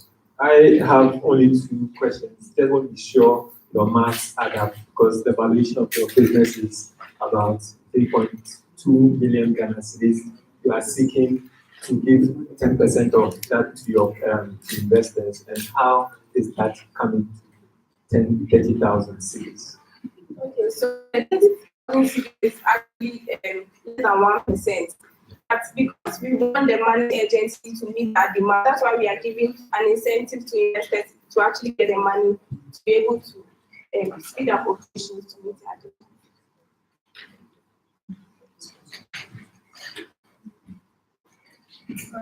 So I would agree with what some of these guys are saying about how you want to like who you're appealing to. But if you're going to do it that way, I mean, the first place I would go to if I'm trying to appeal to tourists is the airports. I mean, your sales would maybe triple all your other outlets or stuff. Next thing, go to hotels. I mean, I think those 2 places itself is something that you should really try and focus on and try and get your market to be attracted to. I don't have any more questions, because I think you asked one question I was going to ask. Thank you again very much. I also like your presentation. I was going to talk about the airports. I also realized that when you go to Kenya, anything they recycle, you see their country colors. So if you also have some bars in Ghana for that design, because usually tourists will also like to buy something from Ghana with Ghana label on it. You could also consider the art center, because also go there, the museums. You could also look at franchising. Since it's waste, means the raw materials is in abundance. Everybody can start over and then compete with you. So if you go look at organizing or structuring your business in such a way that even people in for different regions can have certificate from you to produce a social card. So they can also take care of the production cost. Do you have any more questions?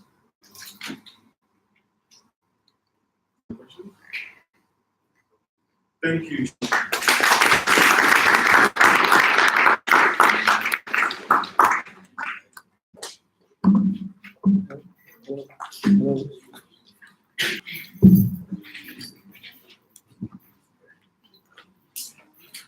So we'll have Fresh Shop come up.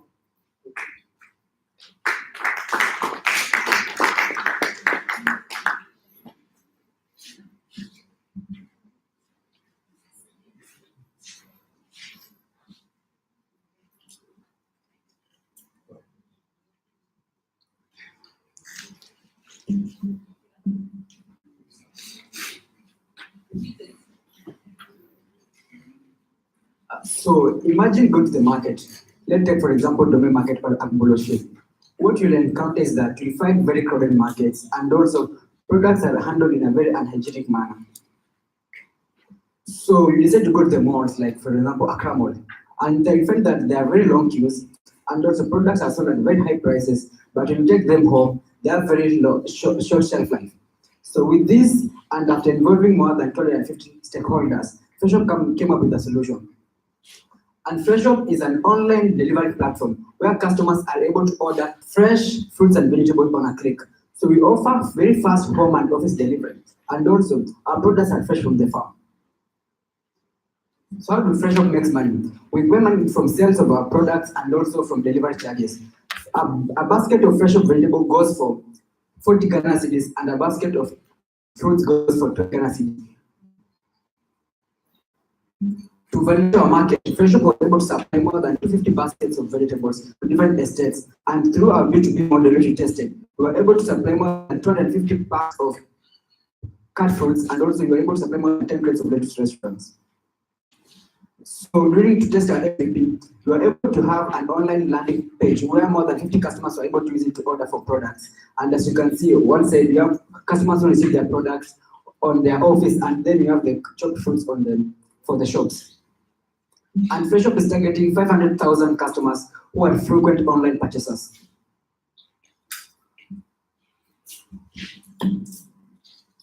With our possible slogan of Eat Fresh, Stay Healthy on a Click, we aim to become the leading online grocery retail in Ghana. We employ direct marketing strategy through our sales personnel into churches and that of organizing of estate parties. In order to encourage customer retention, we offer one-time free delivery to any successful customer referral. One of our leading competitors in this industry is farm markets. They provide the option of buy, click, and collect at their physical store. But we offer direct delivery service to our customers, coupled with a customized shopping experience and group ordering options. Now, in the first year, we aim to acquire 300 active customers who will be ordering fruit and vegetable on weekly basis throughout the year, and the growth rate at 18%, translating to over 900,000 Ghana cedis. We are offering 307,000 Ghana cedis for 25% stake in our business. Now, this is the growth rate of our business, of our revenue over the 5 years. And we hope to break even at the 10th year, a 10th month. Thank you. We hope to break even at the 10th month. Now, with the information that we have provided you, and with what Freshop is doing, we are encouraging that anytime that you want to buy any fresh fruit and vegetable, think about Freshop. Freshop, eat fresh, stay healthy on the day. Thank you.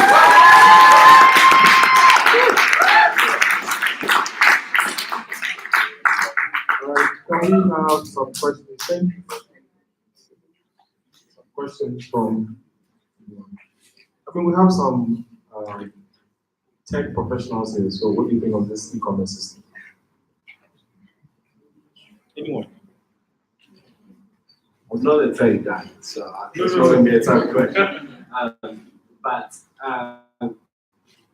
firstly, your competitors, they're big, they're very present in the market.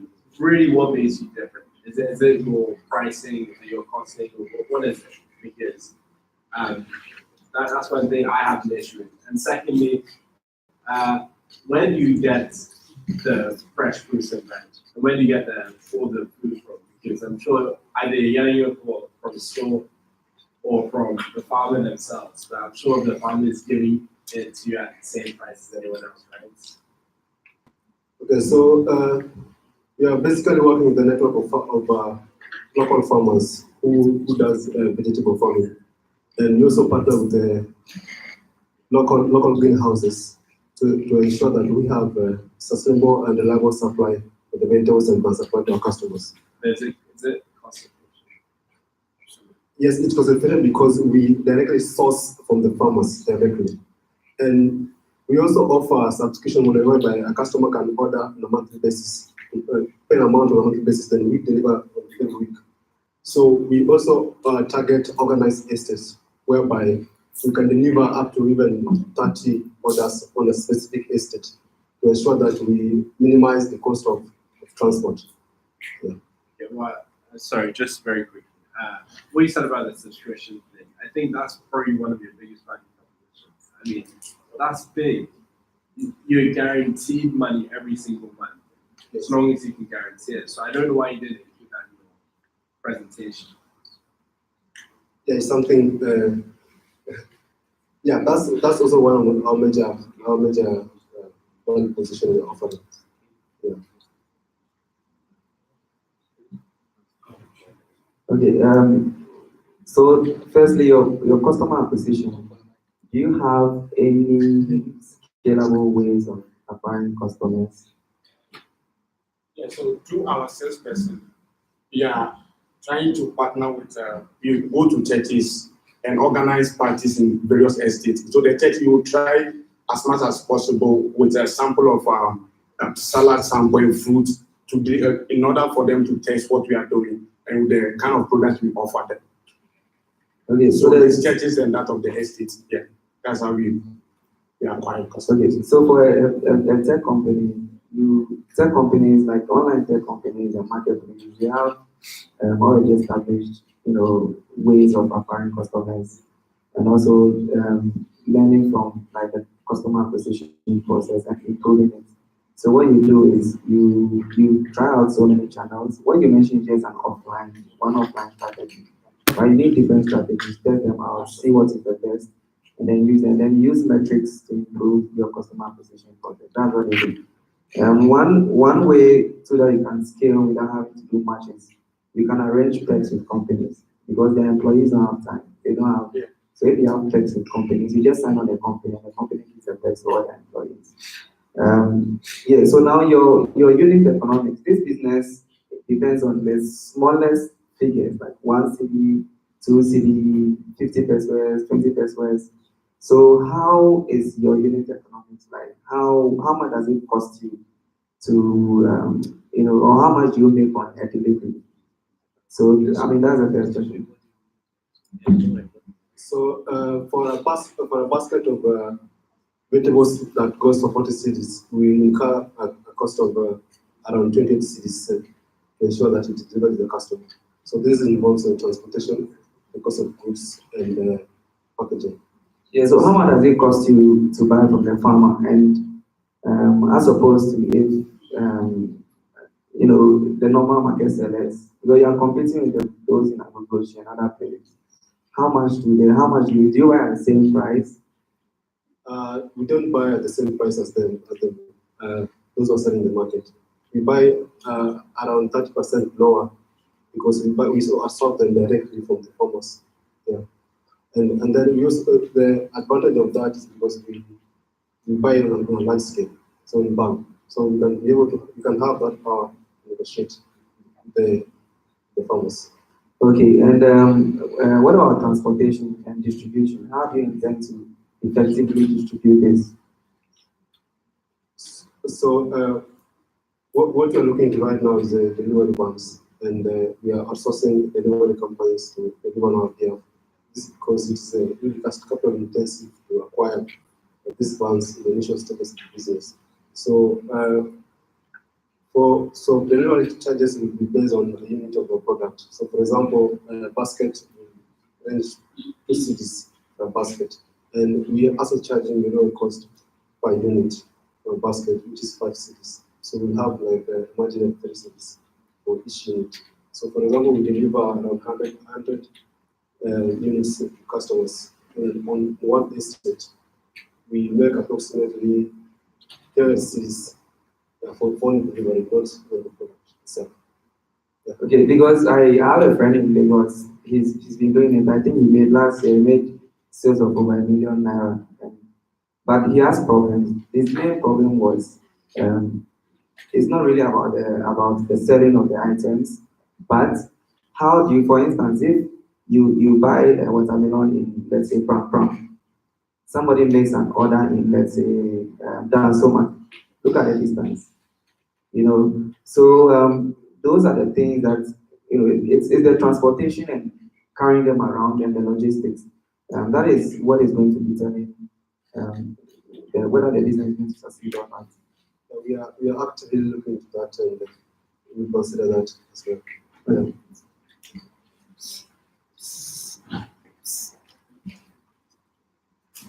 Hi. So you're dealing with foodstuffs. Do you have any minimum standards for quality, safety? Are you regulated? How can you guarantee to the end user that you'll get wholesome product? How can you ensure that all the tomatoes look a certain color, they don't have blemishes? How do you do that? So we'll be working with the specialists and the agronomists to ensure that our farmers, the farmers we are sourcing products from, are actually producing at the standard that's required with the food and drug regulations. So, yeah. Presumably you have inspectors? Yeah, so we'll have the inspectors. Okay. And in addition to that, you also provide training as service for our farmers. Yeah, we train them so that they'll be able to use the chemicals very well. Okay. I think this my last question has been asked in a different way, but I think this framing might help you think about it differently. What are you doing different about deliveries, transportation, the logistics, the timeliness, and then the margins, so that you can execute it sustainably, something that your competition has possibly looked at and shied away from? Because I believe this is your main differentiator, and it sounded like you were still working on it. So from our customer engagement, we realized that most of our customers are busy. They are busy corporate people, and therefore mostly they shop once a week. So we have our specific delivery days, let's say on Wednesdays. So if a customer orders and they want their order to be on Wednesday, we'll make sure by, let's say, 3 o'clock they will have it. So specific days of delivery. So I'll take just quickly from the online team. There are a few questions here. So does FreshUp already have any users? How many users? And what revenue have you made? And what are the feedback you're getting from the customers you've worked with so far? So yes, FreshUp has users. So currently we have more than 50 customers we have been dealing with, and the revenues we have made range between 2,000 to 3,000 cities. But still most of them went to the costing because we are dealing with taxes and the beginning. What are the feedback you're getting from customers? So the feedback was that in our landing page, the products that we had there had to be the exact product that you had in us. So what happens is that sometimes you have a very good looking tomato on the website, and then it comes some way. But now we are now working on it to make sure that so that the products that we have is like okay, the use is not there. So we show exactly what we have, and that's customer. We also noticed that aside the we were offering, customers are also requesting for food. That's why we added food. And they want us to also consider other food that they would need. Yeah. So that one you consider it later. Okay, and then are you familiar with community supported agriculture? This way people pay upfront each month and receive the same amount of food, helps build cash flow. So that's very similar to the subscription model. And then is there any significant difference in pricing between your products and your competitors in this sense marketing? Yes, there'll be a difference between our products and the market women, for example. Because the way the market women handle products and the way they source them, you find that if you go to the market, most of the products are just on the floor or they're being exposed to the sun the whole day. So we offer products fresh from the farm and also package them very nicely. So all those kind of things and delivering it to your home also have to come with a premium price. So they are looking at price in terms of price. So what this question means is that the price of the product compared to the market woman's price, what's the difference? In percentage? No, in terms of price. Okay, you can give me a percentage. Okay, we haven't really worked on differences in pricing, but I can say it's ranging between 50 to 45%. Nice presentation. I think the vegetable industry has been growing over quite rapidly. These are some things that I want to let you know. I don't want you to answer them. Sustainability. Vegetable farmers, like those who depend on rainfed, do that occasionally, like seasonally. So I'm wondering what you will be doing when there's no vegetable in the market. So you can also look into greenhouse farmers, because they have irrigation systems, they grow all year round and source some of their products. They also have standards, so their products are quality. How do you source it? When I put an order, you go to the farmer, get it delivered, or you keep orders for maybe some days, get all the products, then deliver. How do you go about that? For that, I'll need you to answer. So for that one, what we do, we have our farmers who have certain products, and we know when the products will be ready. So for example, if you check greenhouses, they usually have day of planting and day of harvest. So we know this greenhouse will have this product at this time. And since we have a cluster of them, we know who has what at a certain time. But also just to provide efficiency, we usually have like all the orders together, but we got the farmer and make sure they are ready by the time we arrive there. But customer will never know that. So me, I need it. When I ask for it, it means I need it. So how would I know whether it's ready or you have to wait to get it before I get it? Yeah, so we have specific delivery days, but again, we also update our platform. So it means you have to put much intelligence into your platform, so that when somebody order, you get response feedback that maybe you don't have it at this moment, you back maybe the next week or next week. You can also look at adding additional value to the vegetables or fruits. For instance, you could look at setting up smoothie stands on campuses. Because not all products you source from farmer can be sold over a day or two. So if you could look at ways you could also add more value and then still sell the product without them going wasted. You also look into that. With smoothie stand, you could franchise it, all the campuses in Ghana. And you supply the food, the process that you sell. You could also look at the sourcing, the sustainability. I think that's what I have.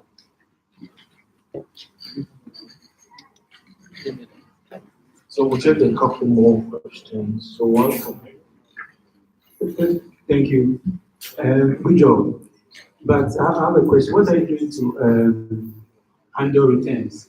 Like you said, sometimes the pictures on their website don't look exactly as they come to the customers. So what do you do when the customer says, "This is not what I saw on the website, I don't like it"? What do you do? So during our customer engagement, we haven't experienced such any kind of challenge, but we are actually anticipating it. But what we are trying to do in that case is to, because our payment will be done like 50% upfront before delivery. So in a case where a customer disputes, we can be able to incur the loss of refunding the customer. We also want to put pictures, update pictures, so you are updating them on the product that we have, and you are uploading them on the website, so that they will know what we are. Just one on that, we are looking into implementing a 3D interface in our website to ensure that you have something like more of an experiential 3D model of how products are like. So my question is, when you go to the market, there's that whole experience of having to buy a product, look at it, negotiate, bargain, and all of those things. How do you intend to create such a similar experience on your e-commerce platform? So with e-commerce, you find that the loyalty and the trust that you build with your customer is what we determine that he knows that when the product comes, it's what they expected. So if you bring quality products, the customer will not have to be like touching the way they usually do at the markets. Yeah, and also consistency. I have two quick questions for you. I don't know whether I'm the only one, but I seem to be confused with what kind of business you are. Are you an agri-business? Are you an e-commerce platform? Are you a technology business? Or I mean, just address it to me as a confused investor, because I need to have that clear picture to be able to validate the valuation based on the business, right? So it's not coming out clearly to me, and I'm getting a bit confused. Secondly, how are you going to sustain your competitive advantage? Because I see that the barrier to it is very, very low. Okay, so in regards to which kind of business you are in, I can say we are in grocery e-commerce business, because there are a lot of e-commerce platforms which deal with tech or anything else, but we specialize in groceries that people use every day, like fruits and vegetables. So if someone has a fresh shop, they know this as groceries that can be bought online. The second question was regarding to competitive advantage. Yeah, so we are looking into getting really loyal customers who can be able to buy from us all through the year. So one of the things we are going to put into place is subscription, so that when a customer signs up with us, we are sure of getting an amount every month. And we also want to deliver. We also want to provide additional information for each product on how the products should be kept under good conditions. Yeah, and the benefits. Just a note on basically what you just said. I think to answer this question, what you guys should focus on is branding. What's so good about yours? What's different about yours? How can you be creative, even with your logo, even with your platform? How can you make it easy for people to make these things happen? So brand it in a way, or set yourself a target saying, I want to work on our branding strategy. Because there's no real branding strategy or story behind it. And I think you will acquire more customers. All right, thank you, Fresh.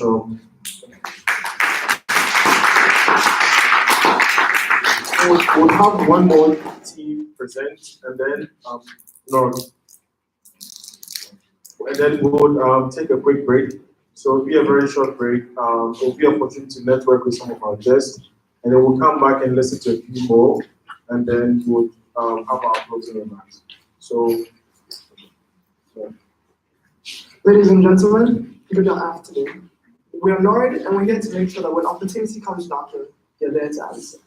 So did you know there are approximately 8 million youths in Ghana that are either unemployed or underemployed, that is working in the informal sector? And similarly, there are 90% of businesses in Ghana as being registered as SMEs. That is according to Alliances in Action. These companies themselves do not necessarily always have the funding to support full-time staff, and thus find themselves struggling to keep up and succeed in the competitive business environment. Norrid aims to bridge this gap between these parties by providing a web-based platform that connects individuals to opportunities provided by these SMEs. Now, we do this by providing access to our database to both parties, where the job seekers come and create profiles after paying a monthly subscription, and the job posters themselves can create posts for the opportunities that they have available, and while they can also pay to have these posts sponsored.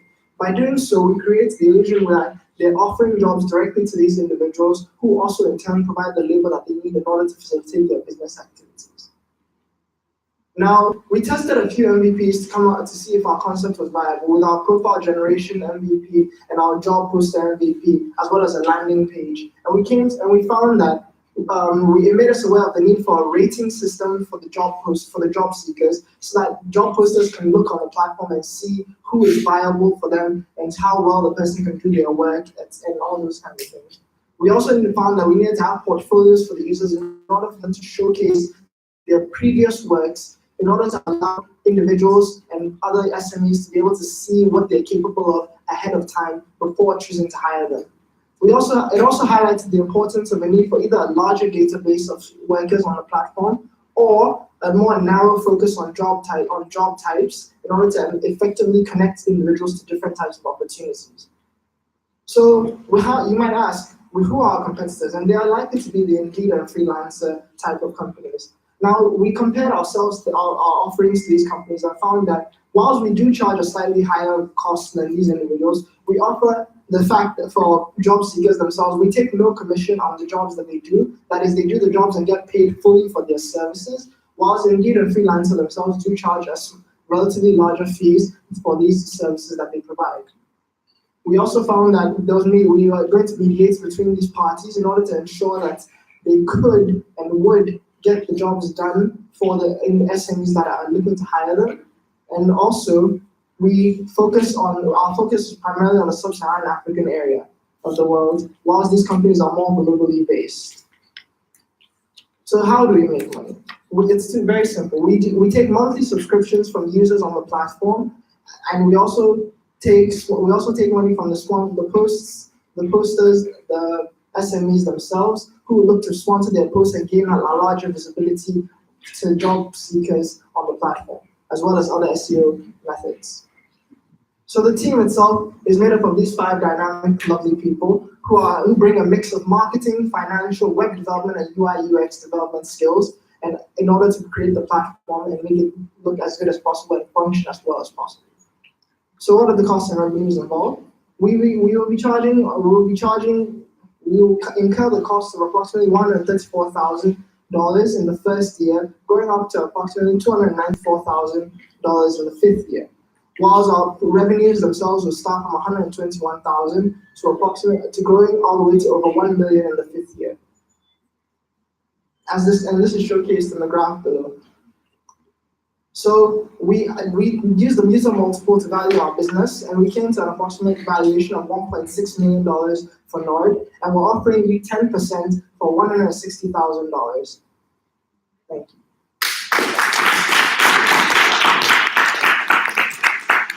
We'll take some questions.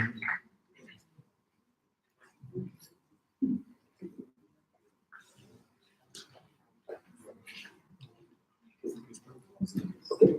I think subscription model, thank you for the presentation. The subscription model seems to be the easiest route to making money, right? Where you are sure of repeat business. However, what's not clear is how sticky, because for every subscription, people can unsubscribe. How are you going to reduce churn and make your platform sticky?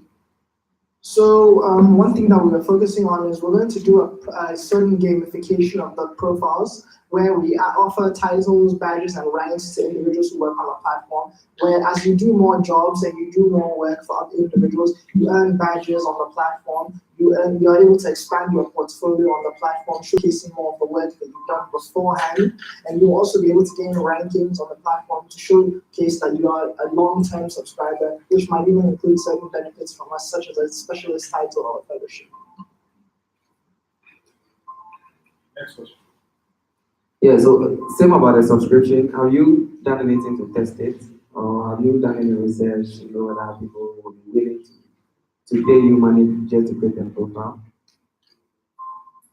So we did research into the subscription model, looking at how viable it is in the Ghanaian economy specifically, and we found that there are certain businesses that use a subscription model already for their services, and we found that these businesses tended to do relatively well in the market.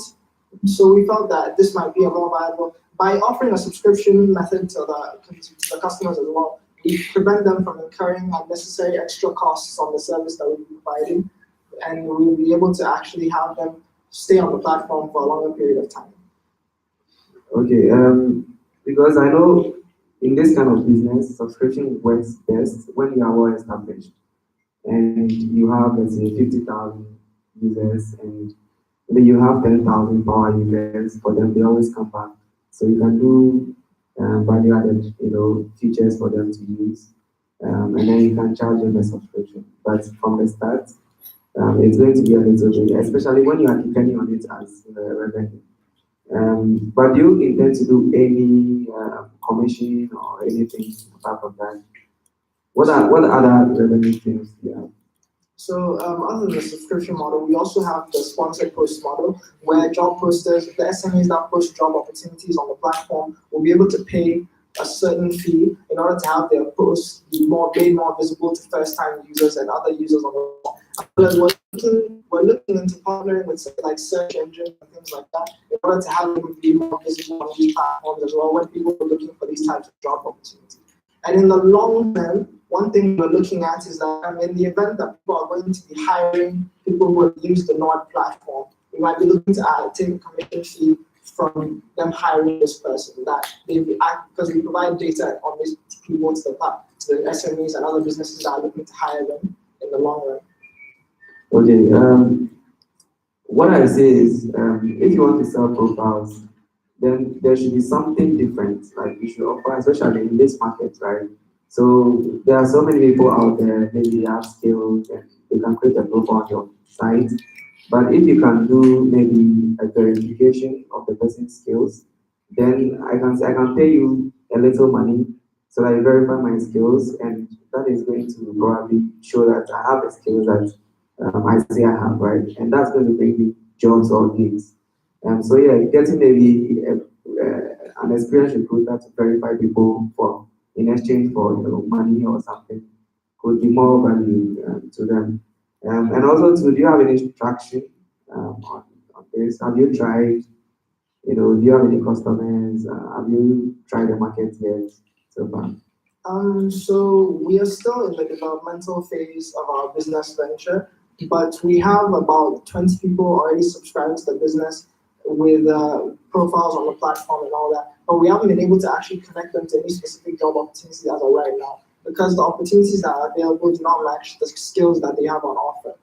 And do you have any opportunities available, by employers or startups? What areas? So some of the areas that we found that when we spoke to some of the companies before we actually took post jobs for them, some companies were talking about focused need for financial analysts, market researchers, web graphic designers, and web developers. But some of the jobs that we have as of right now are also social media managers, and graphic design as well. And also, I think one is a trainer recruiter as well. And what skills do you have on the platform? So far we have business analysts, we have web developers, and we have financial analysts. Yeah, so I think this is quite simple. If you have, everything depends on demand. So try and get as much as possible what companies are looking for, and then you go for those that have those skills, and then you verify them. I was also going to ask about, do you have any ways of ensuring that the people that create the profiles actually have the skills that they say they have? Because people looking for jobs will post everything. They will say they know everything, but maybe they don't know what they say they know. So in the long run, we're looking to introduce certification tests for people's skills on the platform. So something like a web designer would be able to take a test to show that he is able to actually do the skills that he says he can do. We'll also be running background checks with a digital footprint verification process to showcase that people actually have the skills that they say they have and can showcase on their profiles as well the work that they've done previously. Yeah, I think you need to really do that because that's the core of the entire business.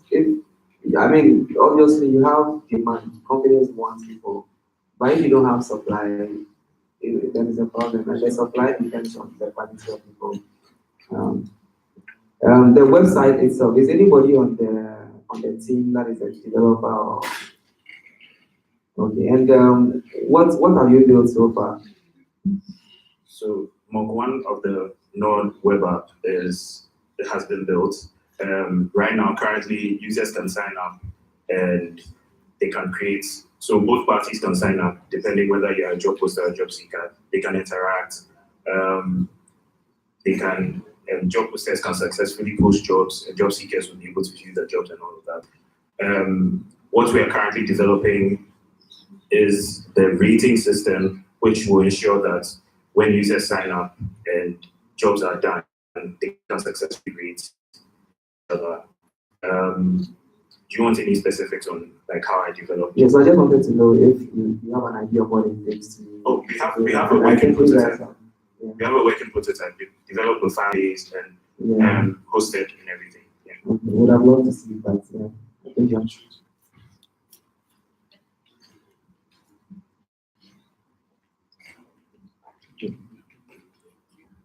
So from what I understand, you guys are a recruiting business, right?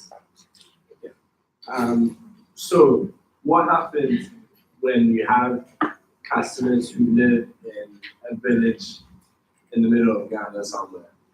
They don't have access to internet or any of these things. How are you able to get them jobs? Because I mean, half the people you're saying will be needing this type of service, and these kind of people that may not have funds or they may not have the accessibility to the internet in general. So how are you able to get them on board? Will you have like maybe stations where they can come and end up signing physically, or does that all have to be online?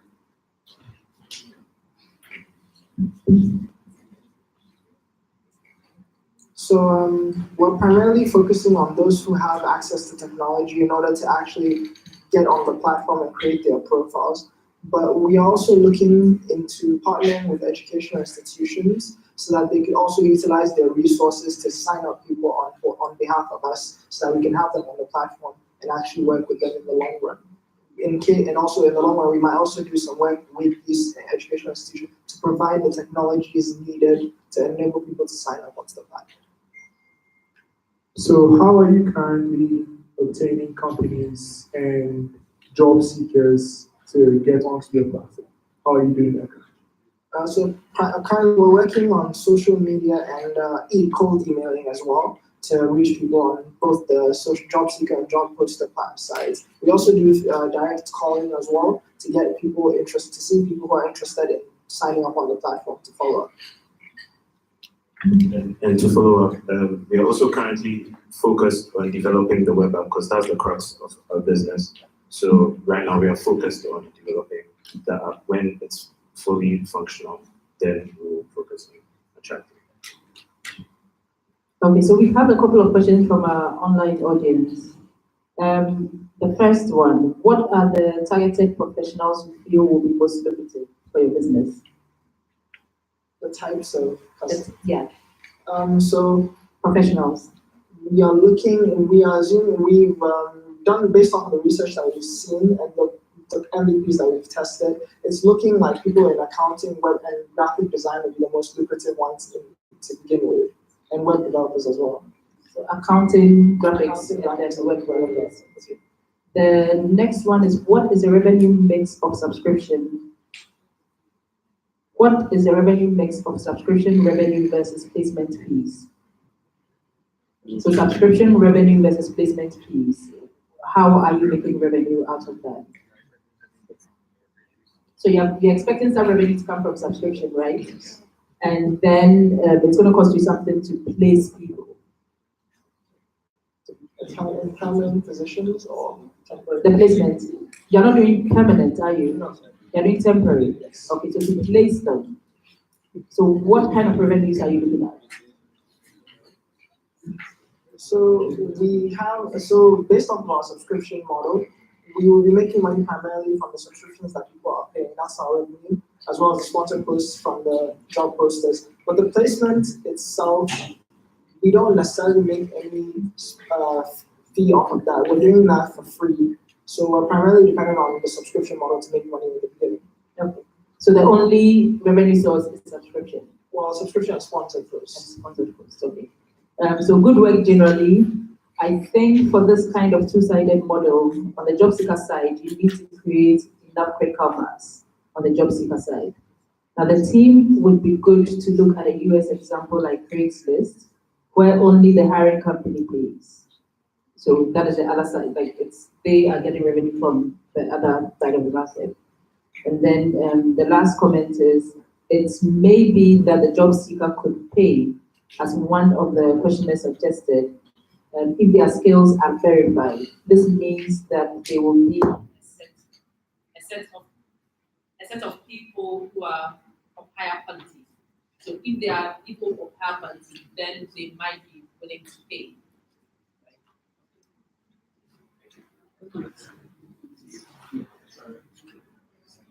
Any other questions?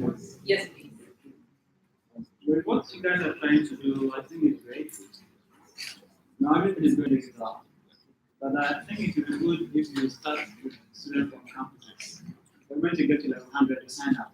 So whilst you're taking your course, you start collecting data. But if you want them to graduate before they pay you and put their data on the platform, it won't happen. And there's a reason why all the new internet businesses, we the users, we don't pay for the products. We don't pay for WhatsApp. We don't pay for Facebook. We don't pay for Twitter. It means we are the products. So make your product free so that more people can sign up to use it. Then when you connect them to the company pays you for that. That's how Facebook works. We post our content on Facebook, we don't pay for it. But the company will pay Facebook to advertise their product to us. So you can also look into that same model. Because you're going to deal with much data, your architecture should focus more on big data technologies. Your database, 5 ways to do for that. Efficiency, performance, security. You also have to dive more into AI. Because looking at posting a job, scanning through maybe 100,000 or million of users you have to match jobs requires sophisticated algorithms. You have to also look into AI. And your competitors, you still freelancers. I think LinkedIn is your biggest competitor globally. Locally, there are Jobberman, Business Ghana, and a couple of them. So when you're looking at your niche markets, maybe you can start with students. Because you're students, you can get them right from level 100. By the time they graduate, you know enough about them that you can be able to connect them to the right job. I also think you also have to organize training for even your whoever uses your platform that wants to get a job. Whatever the university will teach you is not enough for the industry. So you can also partner with maybe training centers to make sure that you connect them to these training centers to up their skills before you prepare them for jobs. And then I have a last question. What is the evidence that the job seeker will pay? Do you have evidence that the job seeker will be willing to pay? Until they have a job, Do you have any evidence? So Do you have evidence now? No. No. You don't have evidence. So that is something that you need to validate. It's actually going to pay you, right? Because it might be the company that will be more willing to pay than the job seeker. So that's something that you really need to validate. Quickly, 20 seconds. Just really quick. You said you're doing monthly subscriptions, right? So what's the incentive I have to offer myself as a job seeker and I don't get a job in, let's say, 3 months? But then I have paid you 3 months worth of subscription, but I'm still not getting a job. What's that incentive? So the way the web app is supposed to work is that you can go onto the platform and you don't necessarily have to sign up, but you see the available jobs. So that's incentive enough. You see that there's a job there waiting for you. If you sign up, you have the chance of getting that. Just a quick advice to you and maybe to the other groups as well. If we look at all the financial models that we put up, all the businesses are profit making. And I think it's going to be a shock to most of the startups that a lot of the startups are actually loss making. And we should actually, I think usually when we are giving off our pitch, we want the investors to think from the word go that our business is going to be profitable. What we rather have to show, our businesses are going to be profitable from day one. Rather, what is worth showing is the break-even point, that I'm not profit making now, but with your support at maybe year 5, year 3, I'm going to be profitable. And it also helps you to manage the investors' expectation.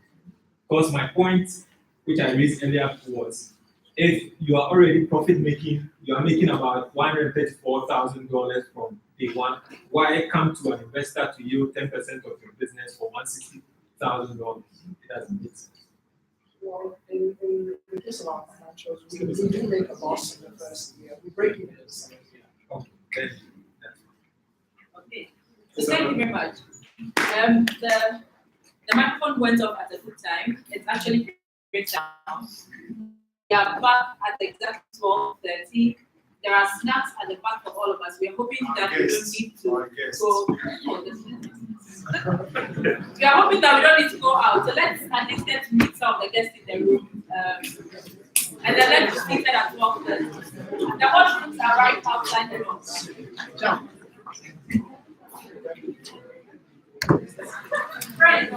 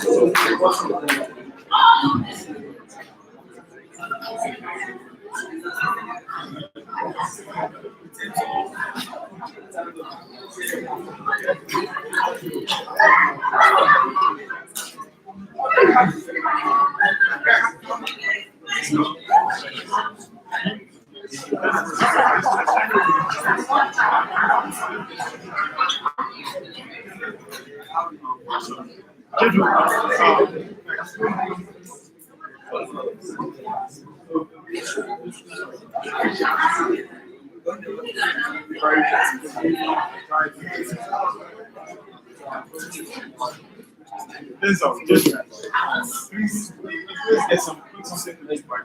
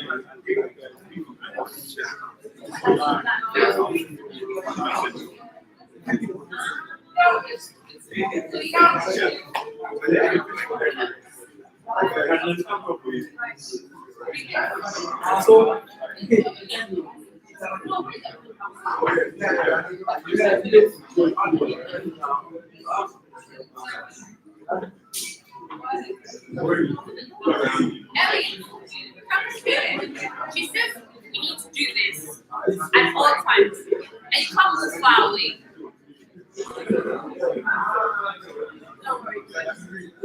Yeah.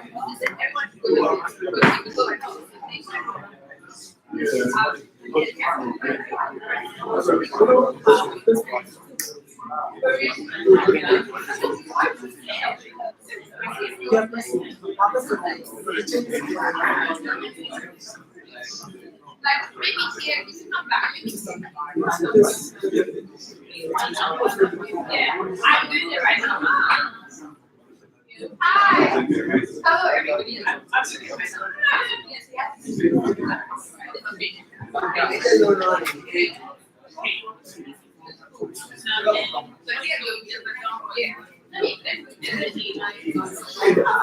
Yes,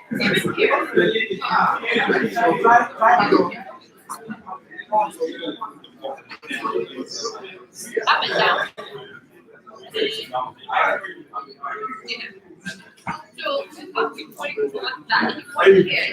So,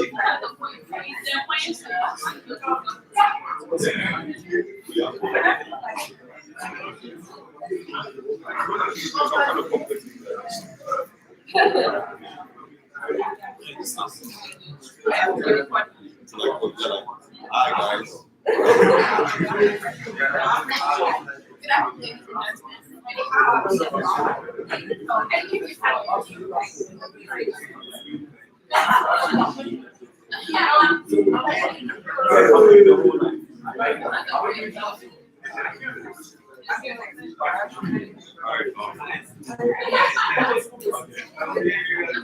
One second. All right. Okay, talk.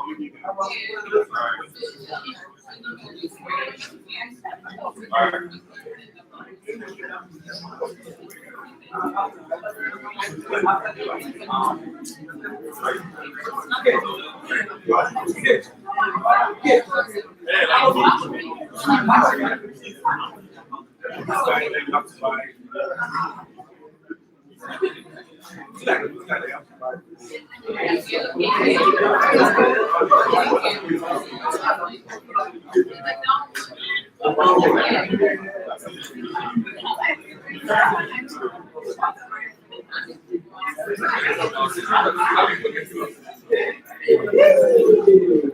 I'm not taking all this. I'm not taking.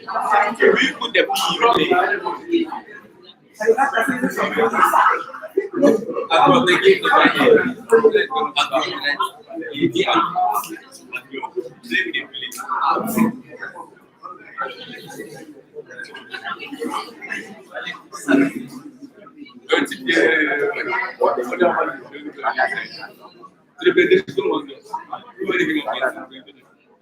Yes,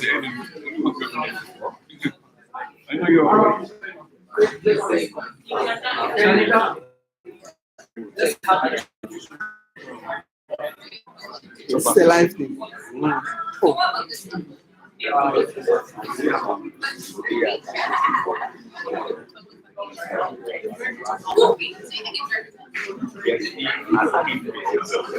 I don't see they already they are waiting for that. Yeah. But as I did,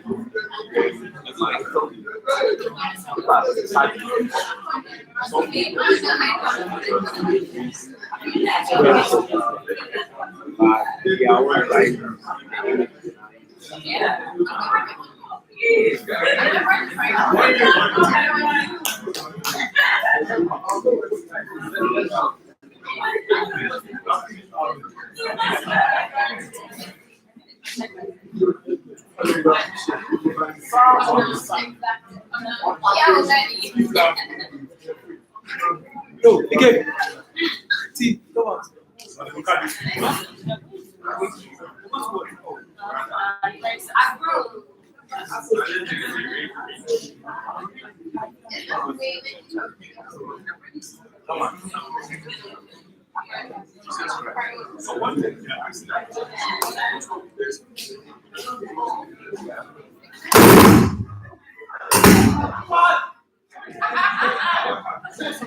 I know, right?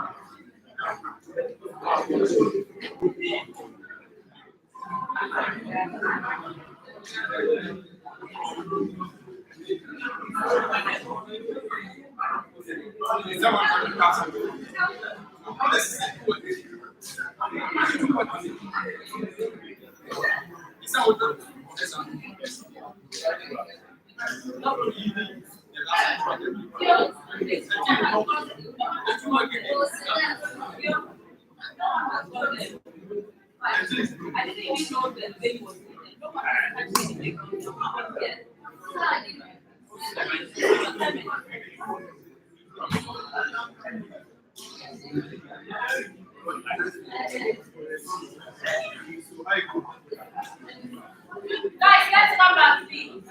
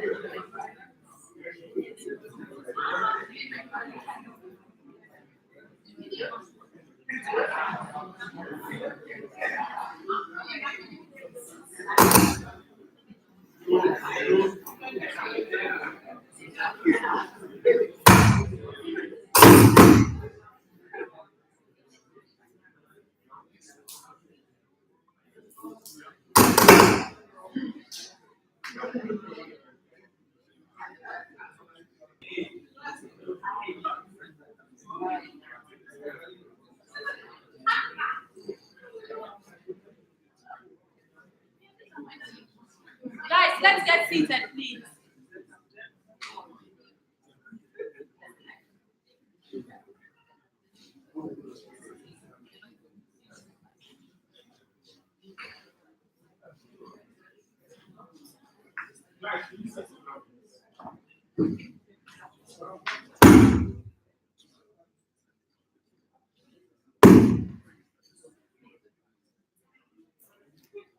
Guys, let's get seated, please.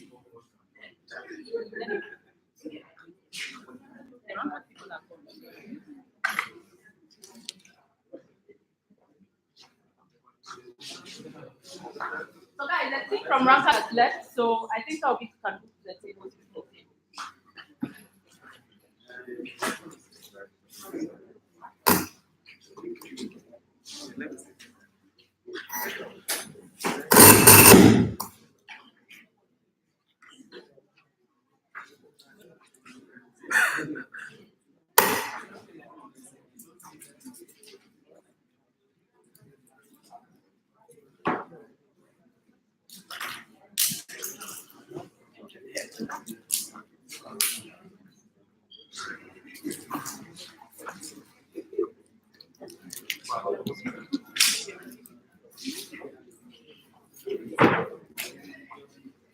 Guys, let's get seated.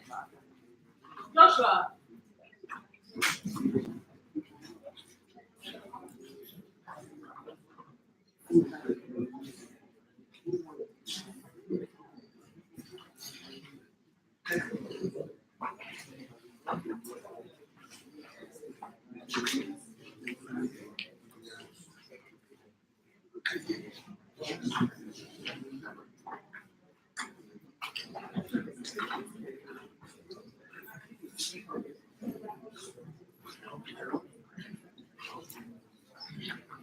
Guys, so welcome back from the break. We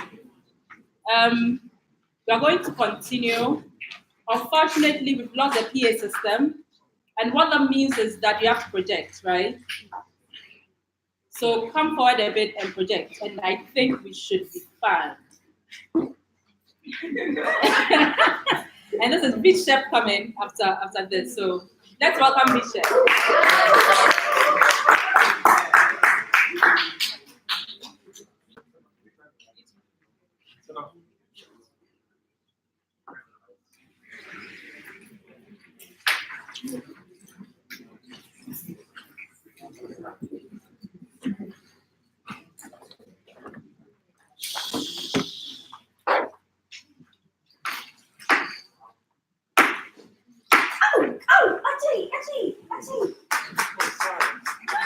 Mommy, I'm hungry. I should be cooking if I see. Oh my God, I'm so sorry. The lights went off, so I have to everything by myself.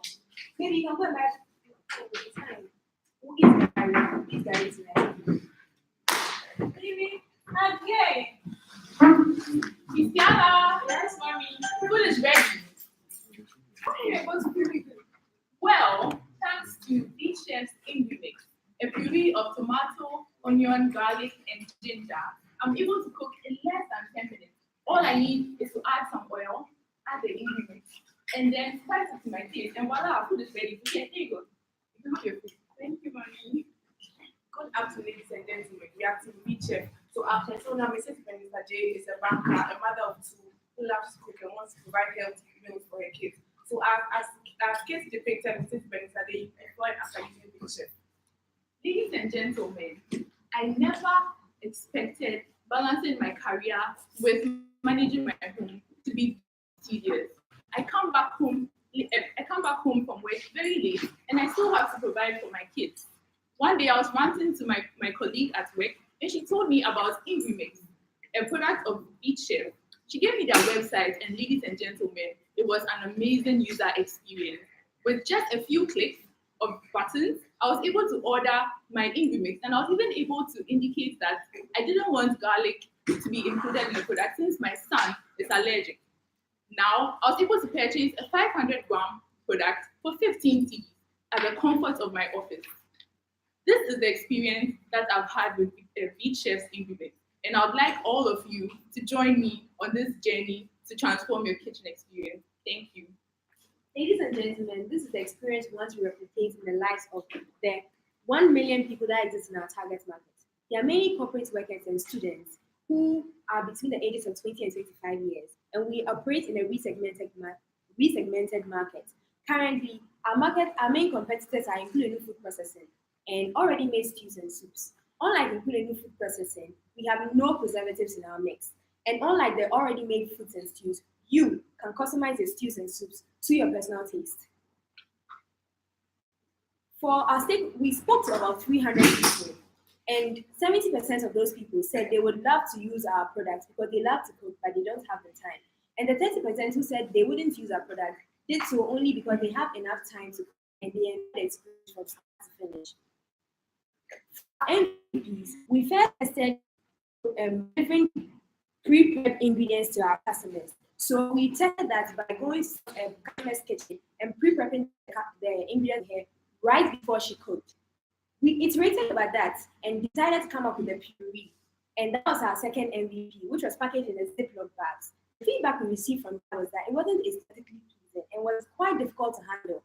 So we also worked on that, and our current MVP is a new package that is resealable and is more aesthetically pleasing. The pricing strategy we are currently using is a market penetration pricing strategy, and it costs 10 cedis to make a 500-gram pack of Ingrimix, which will be sold at 15 cedis to our customers. So currently we make 33.3 profit on the sale price of the Ingrimix pack. For our valuation, our company is being valued. We are valuing our company at 784,444 cedis, 448 cedis, and we are willing to offer 15% of that to investors. Thank you very much. This is Beach Chef. Cook fast.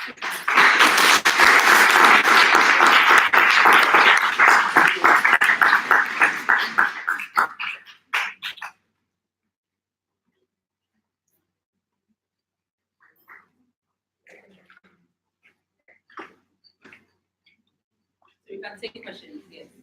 And let's project the questions so that everyone is able to hear. What is your traction so far?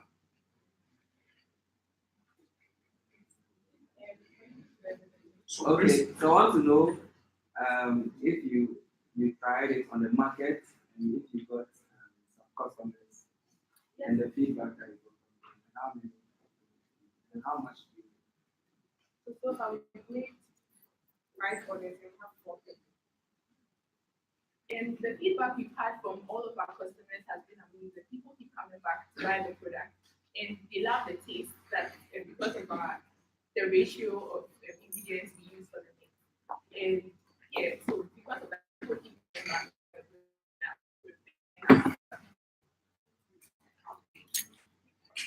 And how much do you make on this? So we have, so on every order, we have so 55 by the $5 and the amount of everything That's very good. 25. What's the unit cost? What's the unit price? The cost you said is unit price. It's easy to make up. Yeah, and also, who are your competition exactly? What's the name of them? And what is the shelf life of this product? shelf life is 1 month, our main competitors are people who make already made. Sorry, 1 month refrigerator. Yes. Less before. Because they are not preservatives. No preservatives. Because they are not preservatives in the product. And then your competition, who are they? And including already made juices too. Already made. That's the name of them. No, like people who produce already made juices and deliver it to customers. So it's actually warm when you get it. Yes. Okay, but what about the market for this? So for this, the only thing that's the most similar product to this is just spices. So like blended garlic, blended ginger, like individually. But then this is the whole, like the entire package. So you don't need to buy tomatoes, pepper, or things like that. Everything is here. And then there's all Ghanaian ingredients. Yes. Okay. All right. So my question is, what's proprietary about this? Because I mean, this is something that a lot of people are doing at home. So what is special about your particular product? So the people who are already doing it in their homes have realized the need for something like this. And people who do not have time to actually go to the market to buy this by themselves and do it. That is where there are people who do not have time to go to the market to buy the ingredients to make it in a big batch storage. So this is where we come in. So we produce it for you and then we sell it. No, so I mean, it can easily be copied. That's my point. Okay. So anybody can do it. So what's special about your particular product? So we are looking Let me clarify that. So it could be maybe a special recipe that you have in that nobody knows. Yes. It could be some percentage of mixtures that form this that nobody can do. That could be your special thing. Yes, It could be a taste or something. We are currently cooking up a special recipe so that we can have a unique taste for our customers to always seek for our product. So then I have two questions. The first one is your investor offering 170. You need that money because right now you're making orders and you're delivering these orders. So you're saying you need that money right now, or what essentially do you need that money? If what you're offering, the 50% you're offering. Okay, so we need that money right now to get a place we can have for our production and also to get like equipment for our production. And you made mention that orders can be customized. So if I place an order today for 2 ingredients out of your general mix, how long does that take compared to how long does that take for me to receive this compared to you ordering the general mix? So currently we make our orders based, we deliver based on the order. That's not to say in the order we make it for you. So it doesn't really change anything about it. The time delivery will still be the same.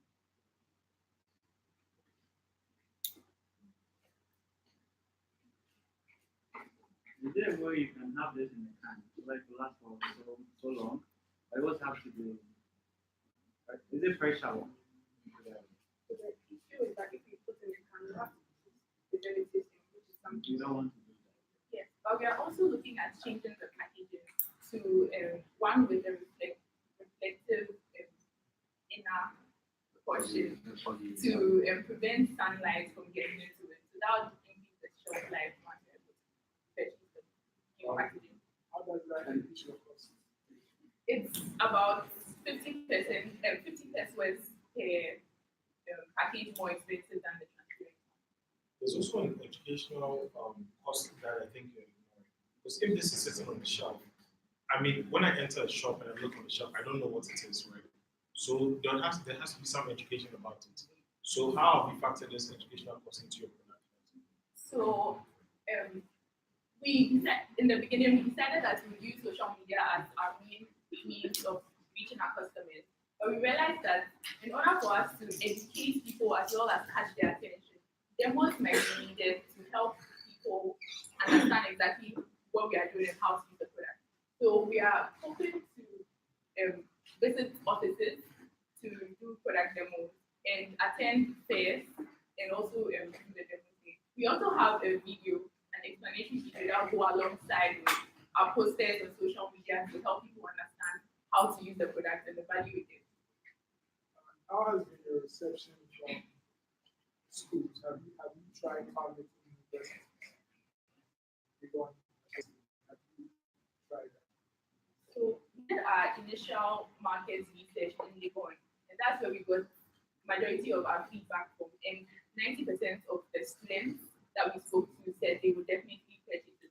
The remainder said they had reschedules and they didn't mind going through it. So have any read these models? About 2 people have pending orders. How long did it take you? Make one Hour and a half.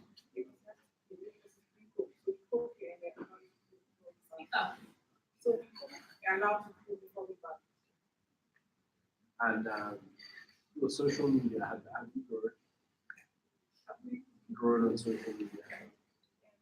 Not really. We are still putting in place, as our next steps, we are putting in place an effective marketing strategy to grow on both social media and to visit offices and workplaces.